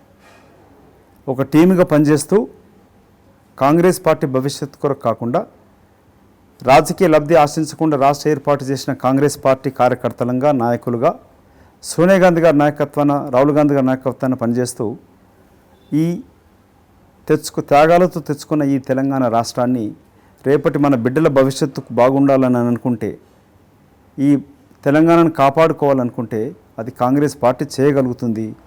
ఆ కాంగ్రెస్ పార్టీలో వచ్చిన మేము నాయకులము కార్యకర్తలందరం కూడా మీ కొరకై ప్రజల పక్షాన ఒక మాటలు చెప్పాలంటే కల్వకుంట్ల చంద్రశేఖరరావు పరిపాలనలో నలుగురికే అధికారం, నలుగురే పరిపాలిస్తారు. కాంగ్రెస్ పార్టీ అధికారానికి వస్తే 4 కోట్ల ప్రజలకు అధికారం వస్తుంది. 2023 ఎలక్షన్స్ కాంగ్రెస్ ఏ విధంగా ఎదుర్కోబోతుంది, ఏ విధంగా అధికారంలోకి రాబోతుంది? ఒక నిర్దిష్టమైన ప్రణాళికతో వెళ్తూ ఉన్నాము. ఇంతకుముందు మనం అన్నీ చర్చించుకున్నాం. ఎవరు కలిసి రావాలా, ఎవరితో కలిసి వెళ్ళాలి, కార్యకర్తను బలోపేతం చేయాలి, ఏ వర్గాలైతే దూరమైనడో అట్టడుగు వర్గాల వాళ్ళని దగ్గర చేర్చుకోవడం, అప్పుడే పార్టీ బలోపేతం అవుతుంది, అధికారానికి వచ్చే అవకాశం ఉంటుంది. 10 ఏళ్ల పరిపాలన వ్యతిరేకత కూడా మొదలవుతుంది. ఏదో వ్యతిరేకత వస్తుందని మేము ఆధారపడకుండా, వ్యతిరేకత వచ్చినప్పుడు కాంగ్రెస్ బలపడుతుందని కాకుండా ప్రజల కొరకై పోరాటం చేసినప్పుడే ఆ ప్రతిపక్ష పార్టీని గుర్తిస్తారు. ఆ పోరాట క్రమంలోనే ఇవాళ నాయకత్వం సిద్ధమైంది. రాహుల్ గాంధీ గారు సిద్ధంగా ఉన్నారు. ఇవాళ పార్లమెంట్లో వాళ్ళు ట్రాక్టర్ పైన వెళ్తూ అధిక ధరలపైన అటు రైతులకు తీసుకొచ్చిన కొత్త 3 చట్టాలకు వ్యతిరేకంగా కూడా పోరాటం చేయాల్సిన ఆవశ్యకతని దేశం యావత్తుకు చెప్పడం జరిగింది. చంద్రబాబు నాయుడు గారు, శరద్ పవార్ గారు, స్టాలిన్ గారు కూడా కాంగ్రెస్ లేని ప్రత్యామ్నాయం జరగదు దేశంలో, కాంగ్రెసే ఒక పాన్ ఇండియా పార్టీ, మా రీజనల్ పార్టీస్ అన్ని కూడా మా రాష్ట్రాలకే పరిమితము. రాహుల్ గాంధీ నాయకత్వాన్ని కూడా వాళ్ళు అంగీకరించినాడు, సమర్థించినాడు. నాయకత్వం అంటే ఎవరు ప్రైమ్ మినిస్టర్ అవుతారని తర్వాత తేలుతుంది. అది ఇటు రాష్ట్రంలో కూడా కాంగ్రెస్ అధికారానికి రావడానికి కొరకు ప్రజలు కూడా కోరుకుంటారనే ఒక సంకేతాలు వస్తూ ఉన్నాయి. ఆ సంకేతాలు వచ్చినప్పుడు దాన్ని సహేతుకంగా ఆలోచించి ఒక నిర్దిష్ట ప్రణాళిక రూపొందించి రేపు కాంగ్రెస్ అధికారానికి వచ్చినప్పుడు మేము ఏం చేయగలుగుతాం నమ్మించినప్పుడు ప్రజలు ఆదరిస్తారని పూర్తి నమ్మకం కూడా ఉంది, విశ్వాసం కూడా ఉంది. మేము ప్రజలు నమ్ముకున్న పార్టీ, ప్రజాధనాన్ని దోచుకొని ఖర్చు పెట్టుకొని ఎన్నికల్లో గెలిచి అధికారం చెలాయించుకోవాలనే టీఆర్ఎస్ పార్టీని, బీజేపీ పార్టీని ఓడగొడతారని చెప్పి కూడా మాకు నమ్మకం ఉంది. ఓకే, థ్యాంక్ యూ అండి. Thank you very much.